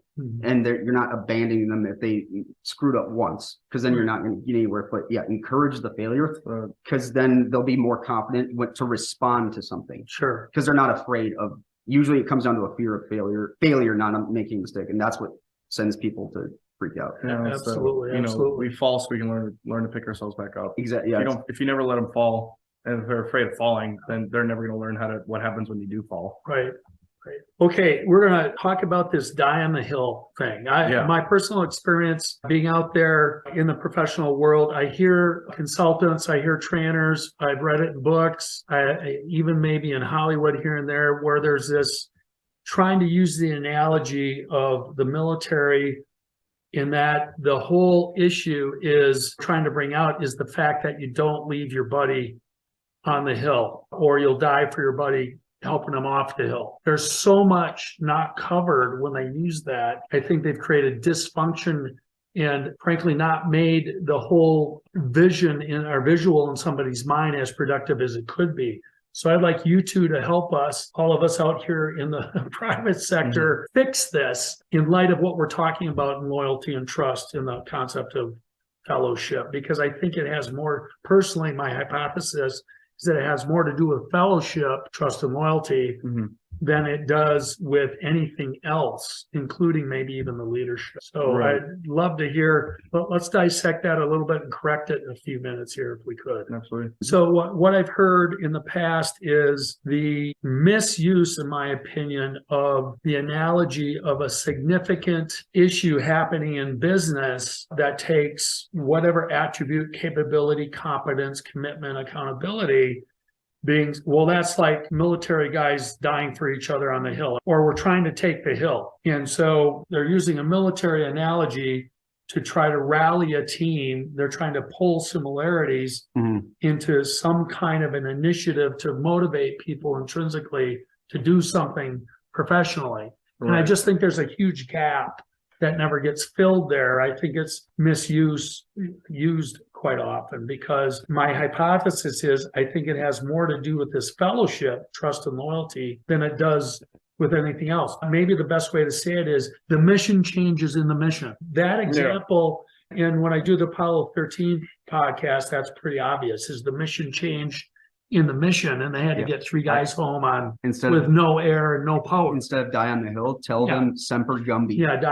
Always be flexible. Semper Gumby. Okay. And that's because the mission changes within the mission. That's why the Marine Corps promotes small unit leadership, because we don't need a general to tell us what to do. I could make a decision. Perfect. And that's based off confidence. But then what I was going to say is that fellowship thing, it's like symbiotic. Do you know what the term center of gravity is? Oh, yeah. So it's von Clausewitz said it in his book On War. He basically said it's where the enemy has their biggest strengths, or their, like, it could be their communication lines or supply lines.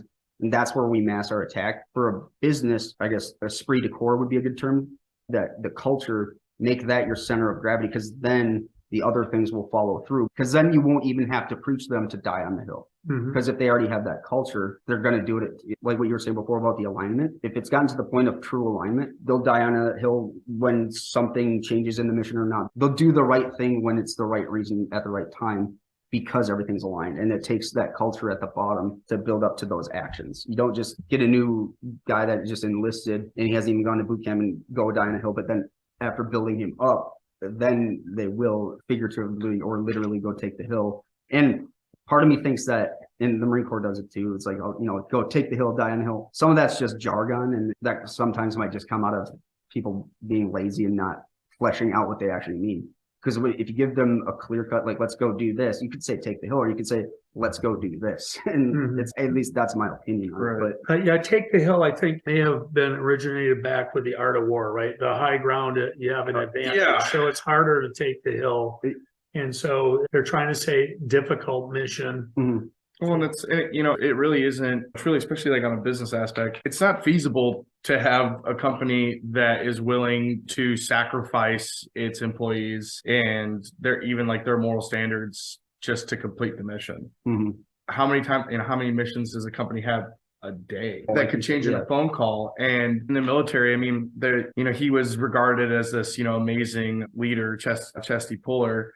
But he was not, they don't talk about the fact that he said he was willing to trade in a sea bag of dog tags for a Medal of Honor. He was fully believing in dying on the hill, and that he was willing, as long as the mission was completed, he didn't care how it happened, and it had to be done, and he didn't care what was lost in that. And to me, that was terrifying to think, like, this guy, like, that he was revered as this incredible person, but and to me, that's not a good leader. Whereas that you apply that to the business aspect of, being able to say, all right, well, okay, we come to this, we have a mission, something happened. And like you said with the Apollo, like, all right, now, the original mission was getting them, home safe and sound, everything's good to go. Boom. Technical failures happen. What do we do? Yeah. And that's where the training comes in, the confidence. And then what do they call them? The OODA loop? The OODA loop? Yeah, it's basically like, as a leader, if something happens, and this is why leadership should be ingrained through the whole culture, because then, like, you don't have to be there to make the decision of somebody's like, okay, what's the situation and how can we handle it with the least amount of loss to resources or people or whatever you don't want to lose. Like, basically minimize the negatives, maximize the positives, even if there's going to be a lot of shitty negatives. And, it's just, let's do the best thing possible. And then sometimes it does come down to, it's not feasible or just worth it to try whatever, because it's going to be too much of a detriment. But yeah, I think, again, like with the whole die on the hill, I think the fellowship is, if you truly have a fellowship of workers or a fellowship of teammates or whatever, the dying on the hill is going to come secondary. They're going to do that anyway because of their alignment and their, well, they care about the mission, and they believe in it, and then they care about the other people contributing to the mission. I think that if you have to tell people to go take the hill, then you're just telling people to go take the hill. If you're telling people that our mission is this, they're going to be taking that hill in the process of the greater mission. So and they understand, they see why. Yes, and they also have the capacity and the competencies to likely be successful. They'll trust themselves that they can, like, oh, like Paul said, go take the hill. Well, yeah, we can totally do it. Let's do it this way. And that's why if the culture's there, they'll figure out themselves. They'll almost be excited to do it because they'll know that they're confident. Well, it all comes back down to that trust aspect, because, especially being loyal to the mission, loyal to each other, and then loyal to the leader's, direction. If they trust you, they will be loyal, and hopefully they will be loyal to what, the idea, like the end goal is. So if the leader then shows that trust back to them, saying, this needs to be done, I trust you guys to get it done.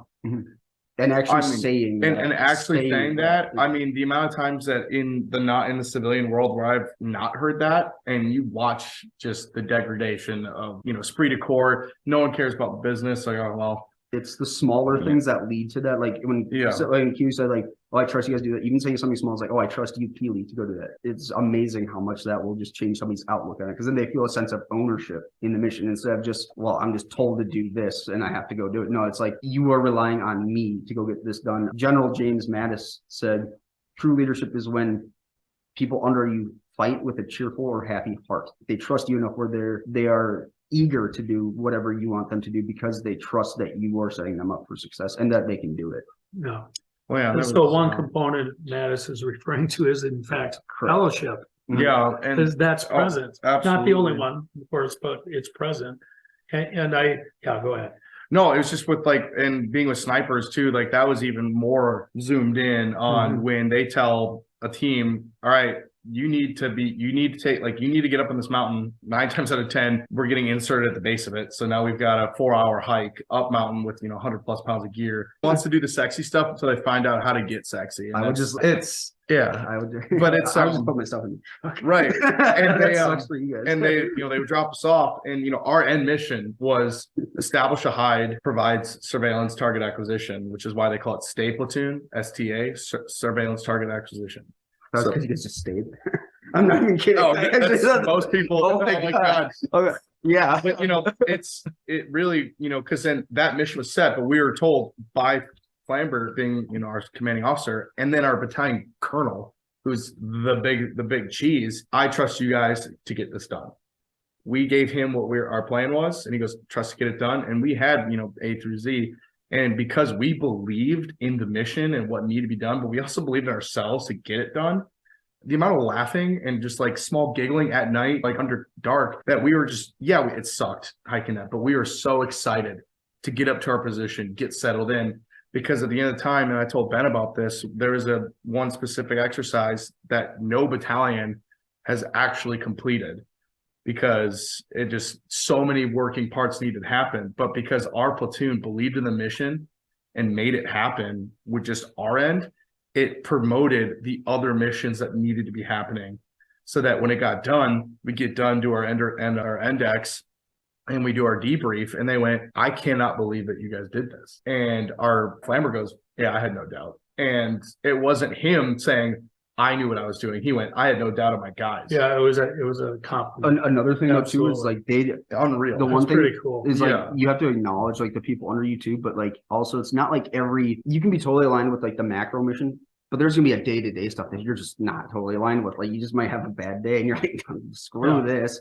And as a leader, when you give an order where like it's like go clean your room, it's just gonna suck. You have to acknowledge that to them, like, hey guys, I know it sucks. And then you don't have to every time, but if they see you doing the dirty work with them, sometimes that helps. But if you just acknowledge that it's gonna suck, and then acknowledge that when they complete it, that they did a good job and that they did it together, that's pretty much all people under you can ask for. As long as it's an acknowledgement.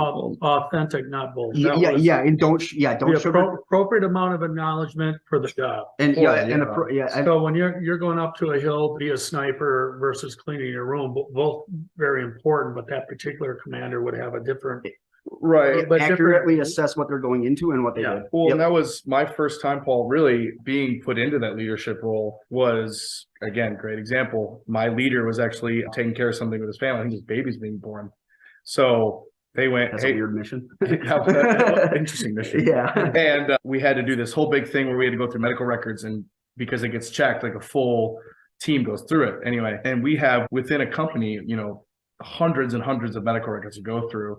And it takes forever. And I got thrown into that leadership position of like, all right, Kitzmann, get it done. It needs to be done by this time tomorrow. Get it done. And he gave me, 2 days. And I sat there, I thought about it. I'm like, all right, realistically, we could hammer this out. It's going to be a late night, but at the end of the day, we're going to be done and we don't have to worry about it. And I brought it up to my boys. And like you said about the appropriate acknowledgement of it, this is going to suck. I went in there and Flamber had told me, if you know it's going to suck, be there with them doing it, or at least, like you're part of it. They see face, show face in it. I went up to the boys and I said, hey guys, so we got records. My plan is that we're just going to finish it out. We're probably going to be here till about 9 o'clock, 10 o'clock at night. But once we get these records done, we're done. Yeah, mission accomplished. No bullshit. And I said, how's that sound to you guys? And they went, roger that. And I went, all right, good to go. Let's do it. And next thing you know, and by the time, it was just like amazing thing for me, like my true first like administrative leadership role versus like, dude, I could do it easily with medical stuff, but like doing it like bullshit paperwork. Yeah. And seeing the guys, we're sitting there laughing, coking and joking, but we're cranking out stuff, making sure it's like by government law, perfect. And we're just cranking everything out. We're the only company to get done. So then the next morning, they're like, all right, so like, how much you got left? And I said, yeah, we're done. And what Killy did was what I was saying before. He said, this is where we are. This is what needs to happen. And this is what's in it for you. So like, we have these records. They need to be done. Then it'll be off and there'll be nothing left. As long as that's, I mean, that's literally all people need. They don't, you just tell people what you want them to do and how to do it. And then tell them that you appreciated their work when it's done. However significant the job is, because it's like when we talk about mission, he would have handled that the same way as he would something in combat, so it applies to the whole thing. Because people don't like to be bullshitted no matter the stakes, and they don't like to, and then they like to be acknowledged no matter the stakes. So we bring those are excellent comments. We bring it back to fellowship again, and die on the hill versus take the hill, used appropriately, makes more sense to me when there is first of all, fellowship is a foundational principle that allows you to make a change in the mission, a new mission within a mission. So die on the hill is different than take the hill. I would recommend to the world, and with your guys' approval, is take the hill means something like your admin job where you're trained to be a medic. And now we have competencies, we have a team, we trust each other, we do the best we can, we execute, we're done. Die on the hill to me in the private sector. So that's something different I don't normally do. That I'm asked to do, but I understand how it fits the mission. Die on the hill to me would be like, there's no other option. This is our standard. Exactly. This is where we cut it off, and you will not do anything but this. And so the leader you're talking about that would, count dog tags instead of rather have a medal is sometimes appropriate for the situation. Correct. Like in my mind, I'm thinking those guys that went on D-Day, the first boat, whatever those amphibious machines were in the crops. 100% casually, right? In my world, it's critical path. Yeah. So the critical path means we have to find a way, and you guys are very nicely recommending, very effectively recommending that you utilize the team to get that done. You make decisions, you're trained, and you're trusting that if you're the one asked to die on the hill means it's critical path. It doesn't mean die on the hill. No, it means you're going to not quit until the objective is handled. You're digging your heels in. And I think to all fairness out there for the professional world, I do think it's been used this way before, but it typically, I've used it too much in terms of leadership, where the leadership in the unit that has to take the hill or die on the hill definitely it is going to have leadership attributes. But in terms of a macro, no, it's within the mission. It's when the mission changes or you're asked to do something that's typically outside your responsibility. I think a good way to put does that make sense? We can demarcation line. It's like when die on the hill means like for leadership, it should be like anything but this is just simply not going to happen. It's just not what your mission is. It's not the standard. You are going to. It's either we're going to complete it or we will die on this hill. Either we're going to, like when you said like a critical path, or like if there's like a technological failure, the hill to die on is the problem. And to die on the hill means either it's complete failure or you complete it. Yes. So and I'm after, I think in that case, die on the hill, I think fellowship is a key component. If I had 3 units, 3 departments, 3 groups of 4 people. Yeah, you got to care enough to die on a hill. For sure. Remember, we said that's from alignment. I would pick the one that fellowship's really strong. That's what I meant. You have to have the trust and loyalty is just off the charts. All else equal, I'm going to pick the one that 100%. The fellowship is way up there because I know they can communicate, they can work together. They're going to follow all the training. They're going to respect the decision-making authority of the leader. Does that make sense? Yep. That's where I wanted to get to. How easy is it for you as a leader within your organization of when you make that call that is promoting the fellowship and how many times have you seen it where they not only hit the mark, but they actually exceeded the mark? Kick butt. And it makes it easier.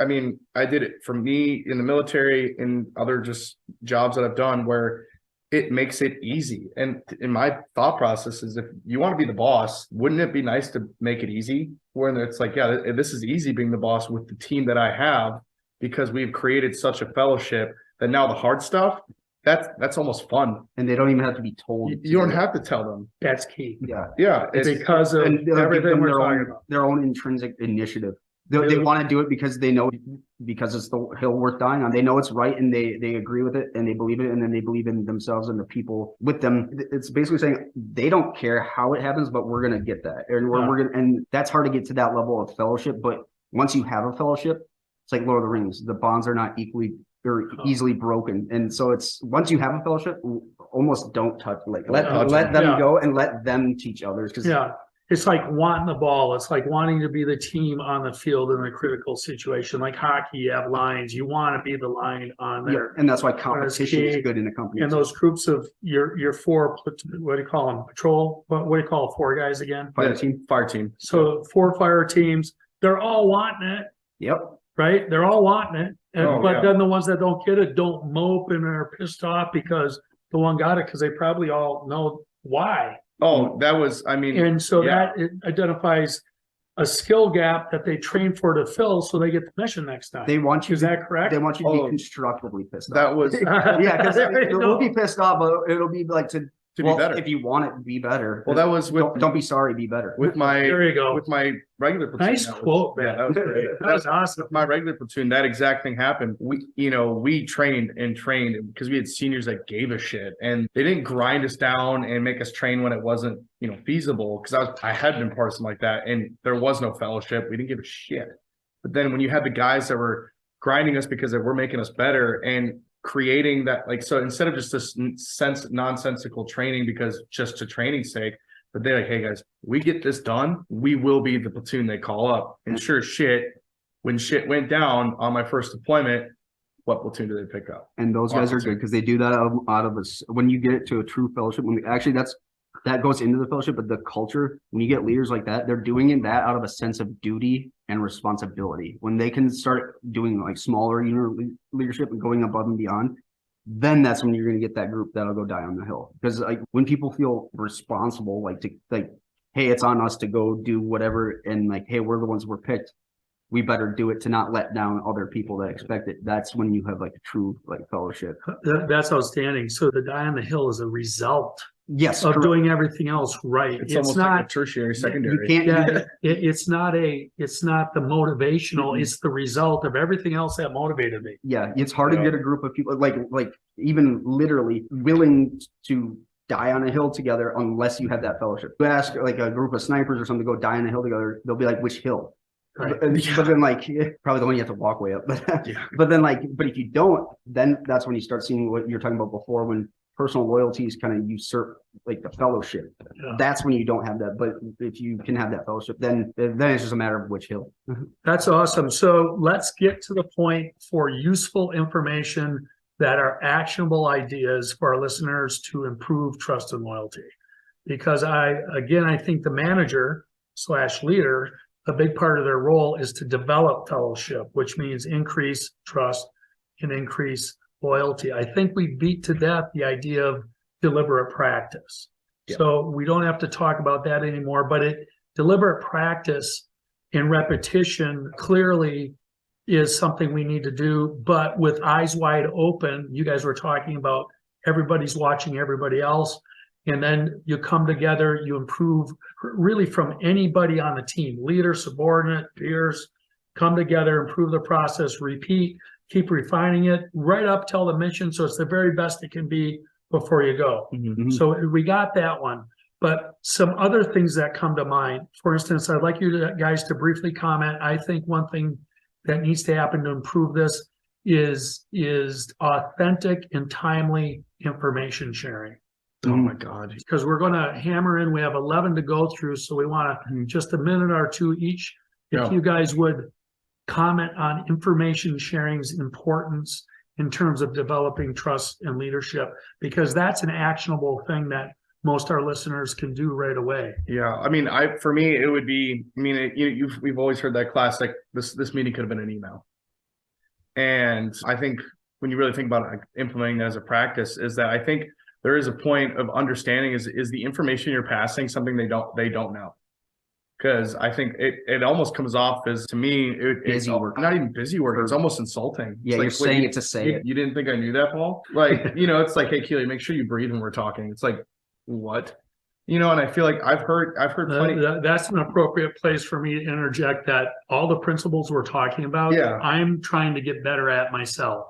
So, I mean, it's really hard to be good at everything. Yeah. And that's one reason this whole concept fascinates me, because I have skill gaps there that I want to fill. But also coaching, when we go through these kind of dissertations and deep dive on fellowship, it lets me coach better. It's like the coach of any NFL team isn't as good as the quarterback. He might know what quarterback should do, but he can't throw the ball. Right. So I aspire to be a better coach and advisor and really get my people good and certainly do my piece. But I just want to interject best actionable way to do that, which you just did, education. It's self-education, which for is information dissemination. Correct, because you can't share any new information if you don't learn any new information. Excellent. And it's like what Q said, give them what they need to know. The 5 W's. I mean, that might be oversaid a lot in all walks of life, but it's literally, that's the most effective. Keep it short, keep it sweet, and keep it simple, and then don't fluff. And then, but like, and authentic information, and no bullshit. Yeah, no. And if you do share wrong information, admit it, and then say, this was wrong. I will find out the correct answer, or here is the correct answer. Because everybody makes mistakes, but then but sharing of information, it keeps everybody in the loop. And not only just are they learning, they feel involved.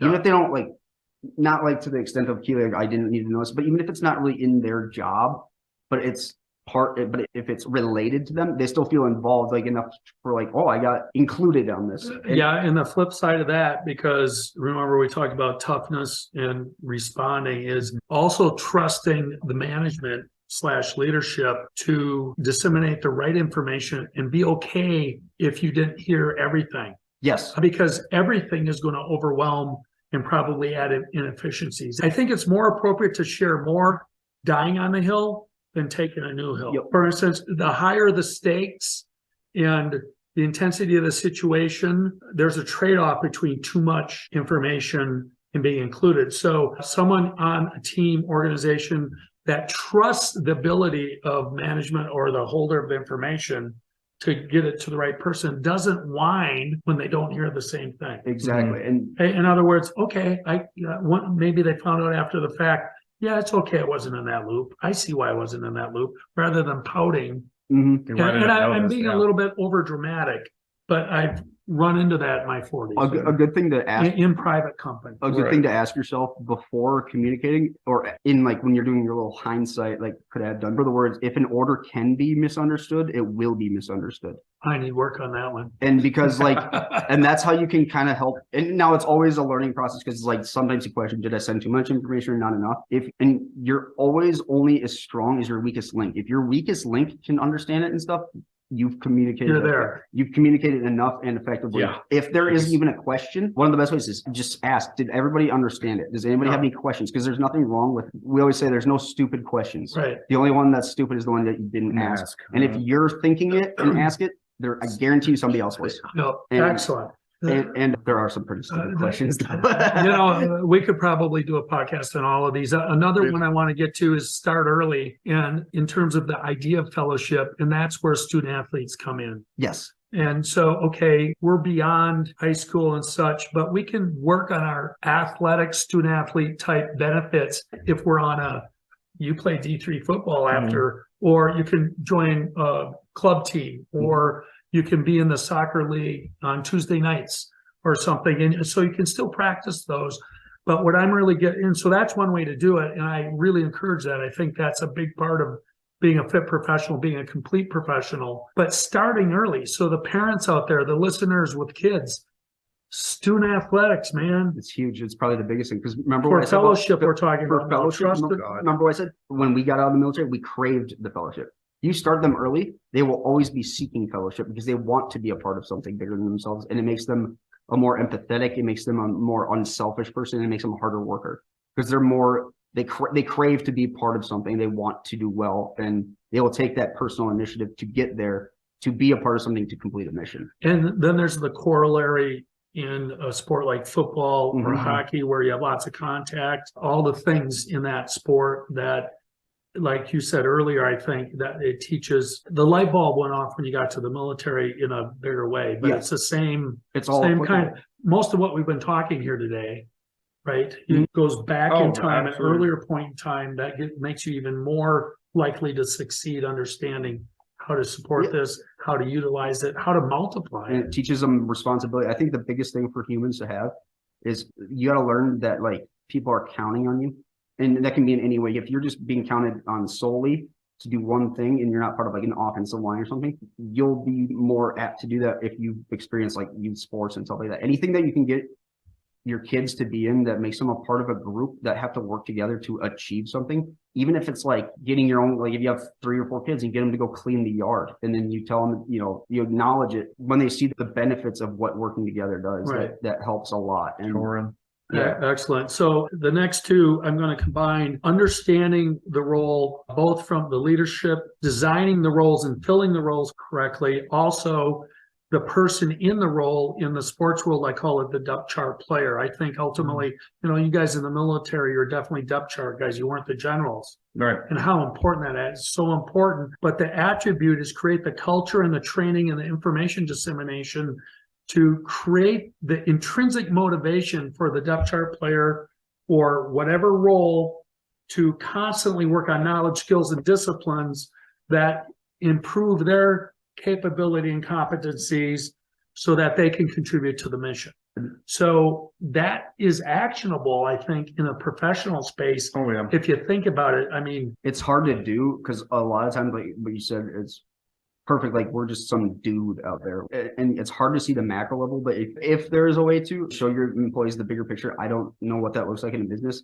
They have to see it they have to see success outside their job. Like the company's doing well or whatever that might be. And then I always used to tell our guys like, it takes one snowflake to start an avalanche. So like the depth chart guys, it's like, it's like you might not be the big guy, but it takes everybody. And, but like also depth chart guys, it's like, actually Charlie is a good example. Practice squad in football, those guys are making the starters better. And they're there every day. And and it goes back to the acknowledgement, but everybody's role in a company is important. And if their role isn't important, that's because the leadership has created a worthless role. excellent. Excellent comment. Absolutely. Next one I want to cover, and we're just trying to stay under 2 hours here, but I sure hope everybody's listened to the end. This is the Fit Professional podcast, and boy, we're really doing a deep dive on fellowship and learning just a ton. So again, here on actionable items, I use the term recover. So recover together. You talked about the barracks, and I'd say recover and celebrate together. Seems like that's easy to implement. And that's actually something the Marine Corps struggles with. Very much. Okay. So when we get back from deployment, a lot of guys either get out or they'll go to a new unit. And a lot of like the PTSD problems and stuff, there's been a couple of studies that have shown that it's not guaranteed to help, but like a time to, like what you said, recover, decompress, recover together. Because if you're together during the mission, you should be there after to celebrate together. And that's actually something that is a negative thing in the military that they should probably work on. I don't know how that would be. But well, the corollary of that might be in business that if the enemy's making a move and you have to counter, you don't get your recovery. In business, if your competition's doing something or you have a deadline and you just have to get back to it, I actually cover that. I have a blog out there on chronic fatigue syndrome. And also I'll be putting one out there on threshold performance, which is like, is balls out as you can go for as long as you can go.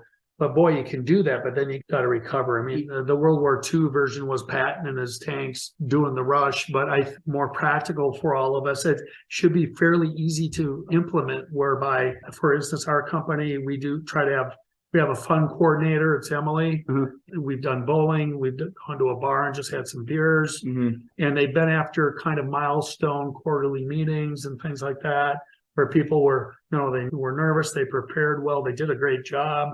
Now we get to sit down and talk about it. And you acknowledge that. And another thing too is to prevent the fatigue is like what we were talking about before of like training all the people to the same standard that they're competent to complete the mission. That's why they cycle units on deployment. It's so that they don't get that fatigue. If you should be able to trust one employee in a section to just do another person's and so on and so forth. And just make sure that the same people, like when it's time to grind, it's time to grind, but make sure it's not always that section. You got it. So practically in our private corporation space, then we want to maybe take a look at our cross training and see if we can enhance that. Cross training, because then it doesn't always have to be one guy shuffling. And it's very difficult in a low profit margin industry to have redundancies, but to the extent you can have redundancies, absolutely. So that's what I heard, and I hope the listener takes that. And if you can't cycle out the employee of always having to do the difficult thing, we'll then try to innovate it so that that thing isn't as difficult. Or if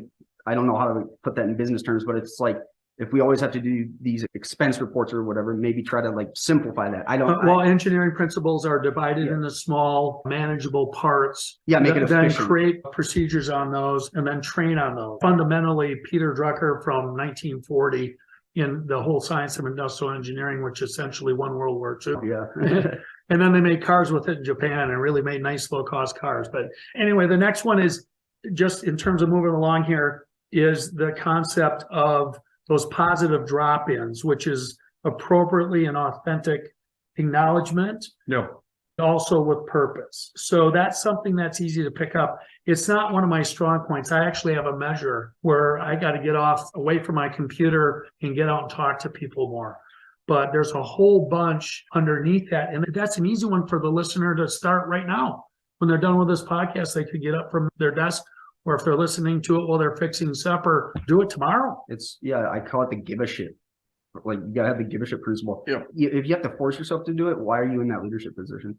Like, if you have to force yourself to go give a shit about who's working for you, and then you can do the purpose and care about the person. You can just, hey, Killy, how's your family? Oh, what are you doing? How is that going for you? Is there anything? Do you need if you ask them, do you need my help making it easier on you? Or that you don't have to go any further. I think that's spot on. We just want to acknowledge small companies that are understaffed and overwhelmed. Yep. And so the lack of PDIs might be that, as opposed to and it can be being a jerk. That can happen. However small the PDI is, as long as it's that's authentic. Why I count them. You got to get out there. It's showing face, and I think too is count them. I have initials, and I put a little tick mark, and I thought, holy crap, I haven't seen anybody for a week. That's my reality. And it's also too, and when it's not staged.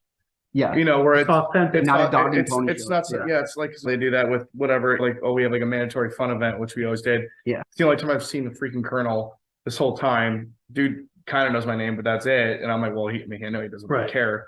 Meanwhile, I have Flambert, who just would show up at no given time. I wasn't told he's going to be there, and then he's just like, "Hey, how you doing?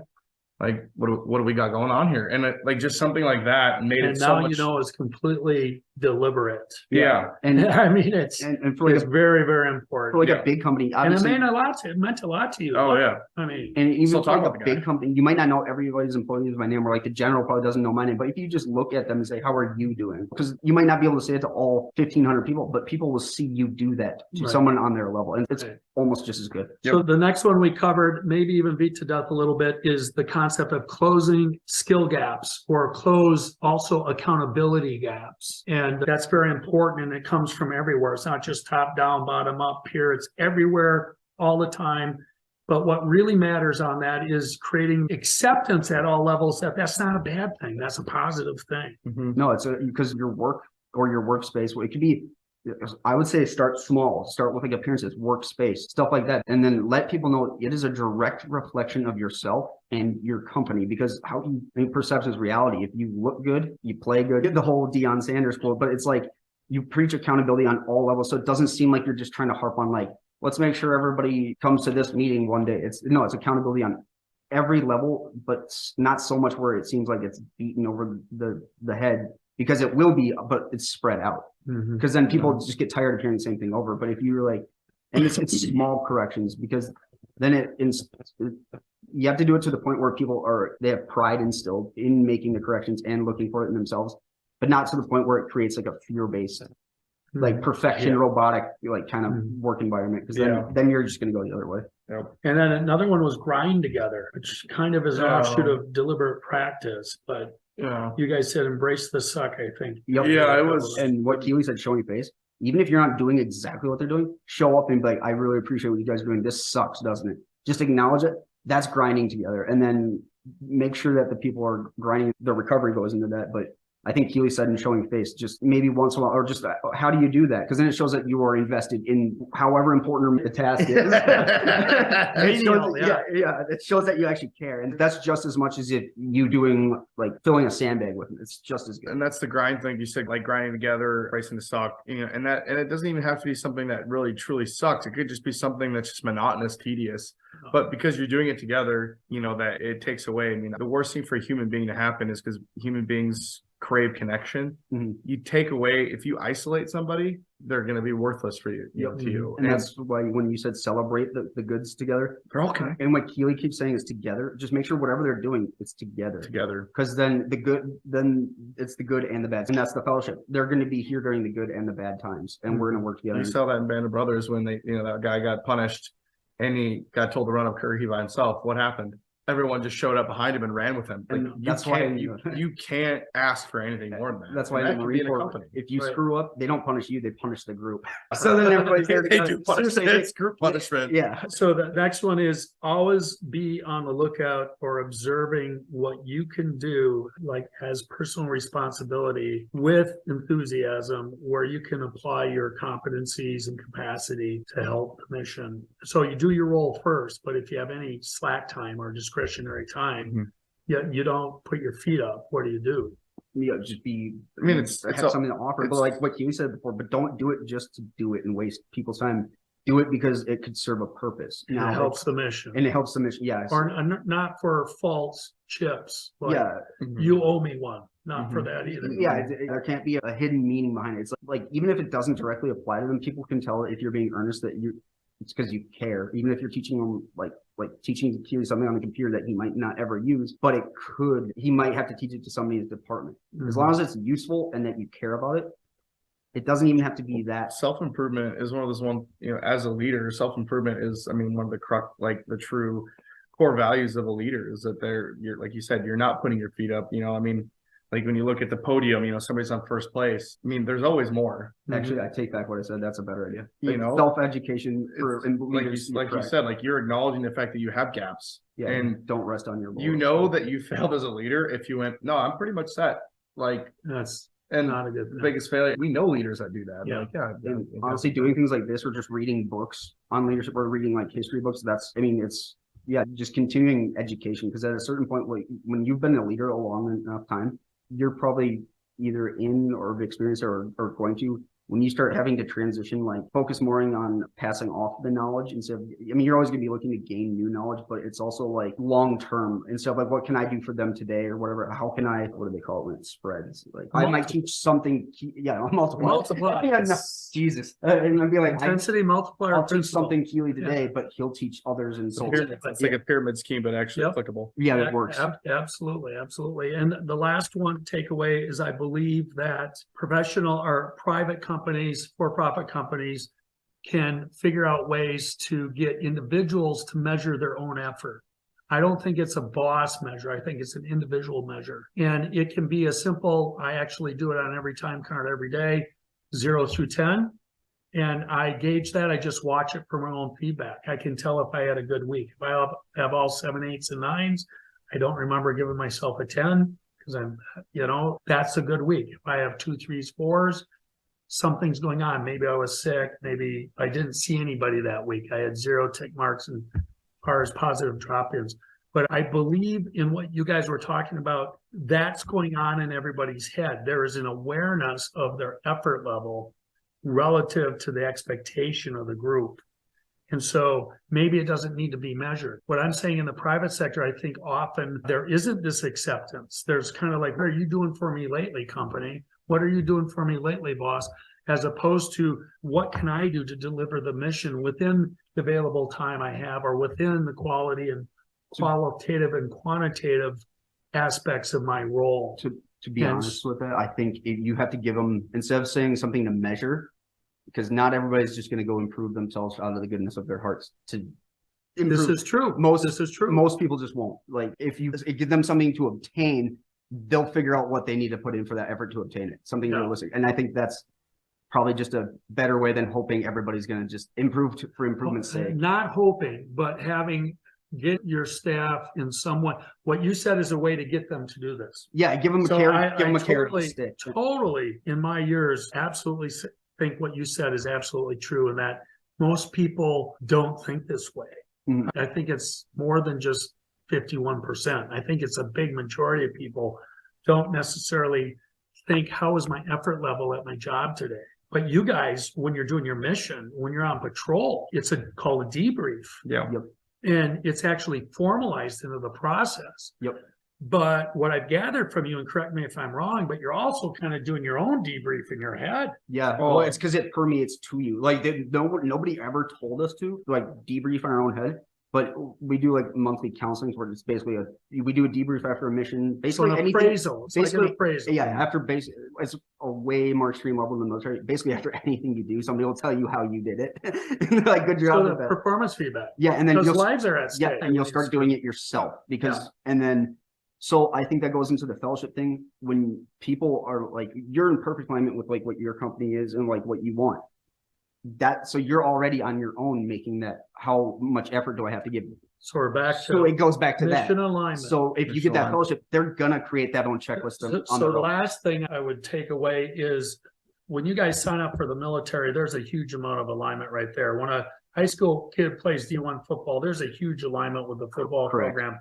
So the very first thing is hire for alignment. Yes. Figure out how to check that, make sure they're aligned. Once they're in, if you can come up with a way where they'll have the convictions these guys talked about as far as a self-assessment, even if it's informal, I'm just saying if you can pull that off, I think it's really important because what do we know? We know that we all agree effort trumps talent. Effort makes your talent look more. I mean, that's what most of us do through hard work.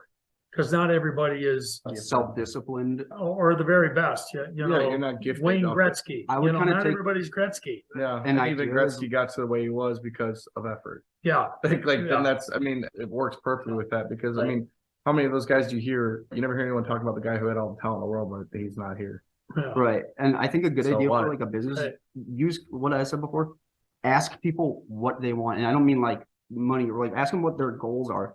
And then just say, what can you do to get there? And then what can I do to help you get there? And then they'll fill in those other gaps Sure. for themselves. But they has, like I keep saying, there's got to be an end state goal. But then you can do what you want into that. You can work that into, Yeah. you can serve both purposes. And I think that's how I would do it. But Yeah, I would and all aligned. It's very difficult. It's very difficult because remember, at least with me, I don't believe you can force intrinsic you motivation. cannot, no. And so we have to go to alignment. We have to go to alignment with the mission. And even in that case, when you're in a job, now we're talking in the private for-profit professional or not-for-profit professional sector, we have people in roles that they're not necessarily aligned. Right. And I think if you could get people to accurately assess how their effort level was that day, they would find out if they were brutally honest with themselves, they might be doing a higher net effort in their after work favorite thing to do than they're doing at their job. Right. And that's a whole nother podcast. I have another intensity multiplier principle on that one too. But a takeaway is if the employers can figure out how to measure that, not measure that, but get people to do that kind of self-assessment and create that culture, it can be very powerful. I actually just had a thought. Yeah. You were saying assessing it or scouting for it during like the hiring process. Sure. Do you guys ever ask them like not where they work before, but if they've ever played high school sports? It's a standard question for me. That's a In good. fact, I was- all else equal on resumes, if I don't see high school sports Mhm. on there, I'll probably just arrange the stack that way. And this is why that's you- real controversial. No, that's good because all the values that we're talking about that you want in an employee, Yeah. high school sports, military, boys, it's like look for There's organizations, and maybe people even watching this podcast or listening to it right now, that the hair on the back of their neck just went up when we said that. But it is true. When I sat down at University of Michigan and they were giving parent orientation, they said, how many of your kids played high school sports? And 90% of the room went up their hands. And it's not like you're. And they said that all else equal, this admissions woman told us that. And then more recently in the book Grit, I'm going to get her name wrong right now, but the book Grit, that young lady did a bunch of studies with high school kids that showed that kids that play high school sports for 2 years, and 2 years was a cutoff, are 2 times more likely to be reach a higher level of success in whatever their endeavor was. Yeah. Now there's plenty of studies in, she did a TED Talk, it'll come to me. But, and that's a really good way to wrap this up, is start them early. High student athletes really set up, frankly, in my opinion, all 16 of the Intensity Multiplier Principles, but especially fellowship. You learn so much about it in athletics. And I think extracurriculars too. And an extracurricular with a competitive component has the same impact. I think sports has a better, that's a personal opinion. And the best thing about the sports is, when I was talking about don't do something just to do it, be like, today we're going to have a fellowship training day. Oh, then people aren't going to pay attention. No. The best thing about sports, they're learning all of that and they don't even know they're learning it. Exactly. They're just doing it. Like what I said with me and Killy, were like, oh, like if you got that oh moment, that means you were probably in the right organization. Yeah. And think of the power to the young man or young woman if they're introduced to these principles going in. Mm-hmm. How much more they can take out of it. And that's really important. Angela Duckworth. Thank you. Angela Duckworth. Thank you. Very good. So in conclusion, what I like to do is just have you two guys spend a minute or two on what your takeaways of today. If you want, you can advise our listener what they might consider based on what we've talked about today. Honestly, it's a good refresher course because it's like how many times do me and Q go like, oh yeah, like that is because just like anything, like leadership's a perishable skill. You can get worse at it. I mean, like me and Killy have probably gotten It's like a muscle. Yeah, we've gotten worse at it probably since we've been out because we just haven't been there, but we have the background obviously and stuff. But like, you got to keep practicing it and then like get them started young. You can join the Marine Corps at 17, so get your kids in. But yeah, no. And then for myself, it was definitely, truthfully, it was actually kind of forgetting that I was reminded of how capable I am. And I think like it's one of those things too that like why it's awesome to see this is because knowing that there are leaders out there that want to implement this kind of stuff, because me going into the workforce, even just as a counselor, working for, an organization or even opening my own private practice, if I have other counselors with me, how do I make that work? And how do I, if I have a, company that I want to work for with an aligned mission, life's going to be pretty good.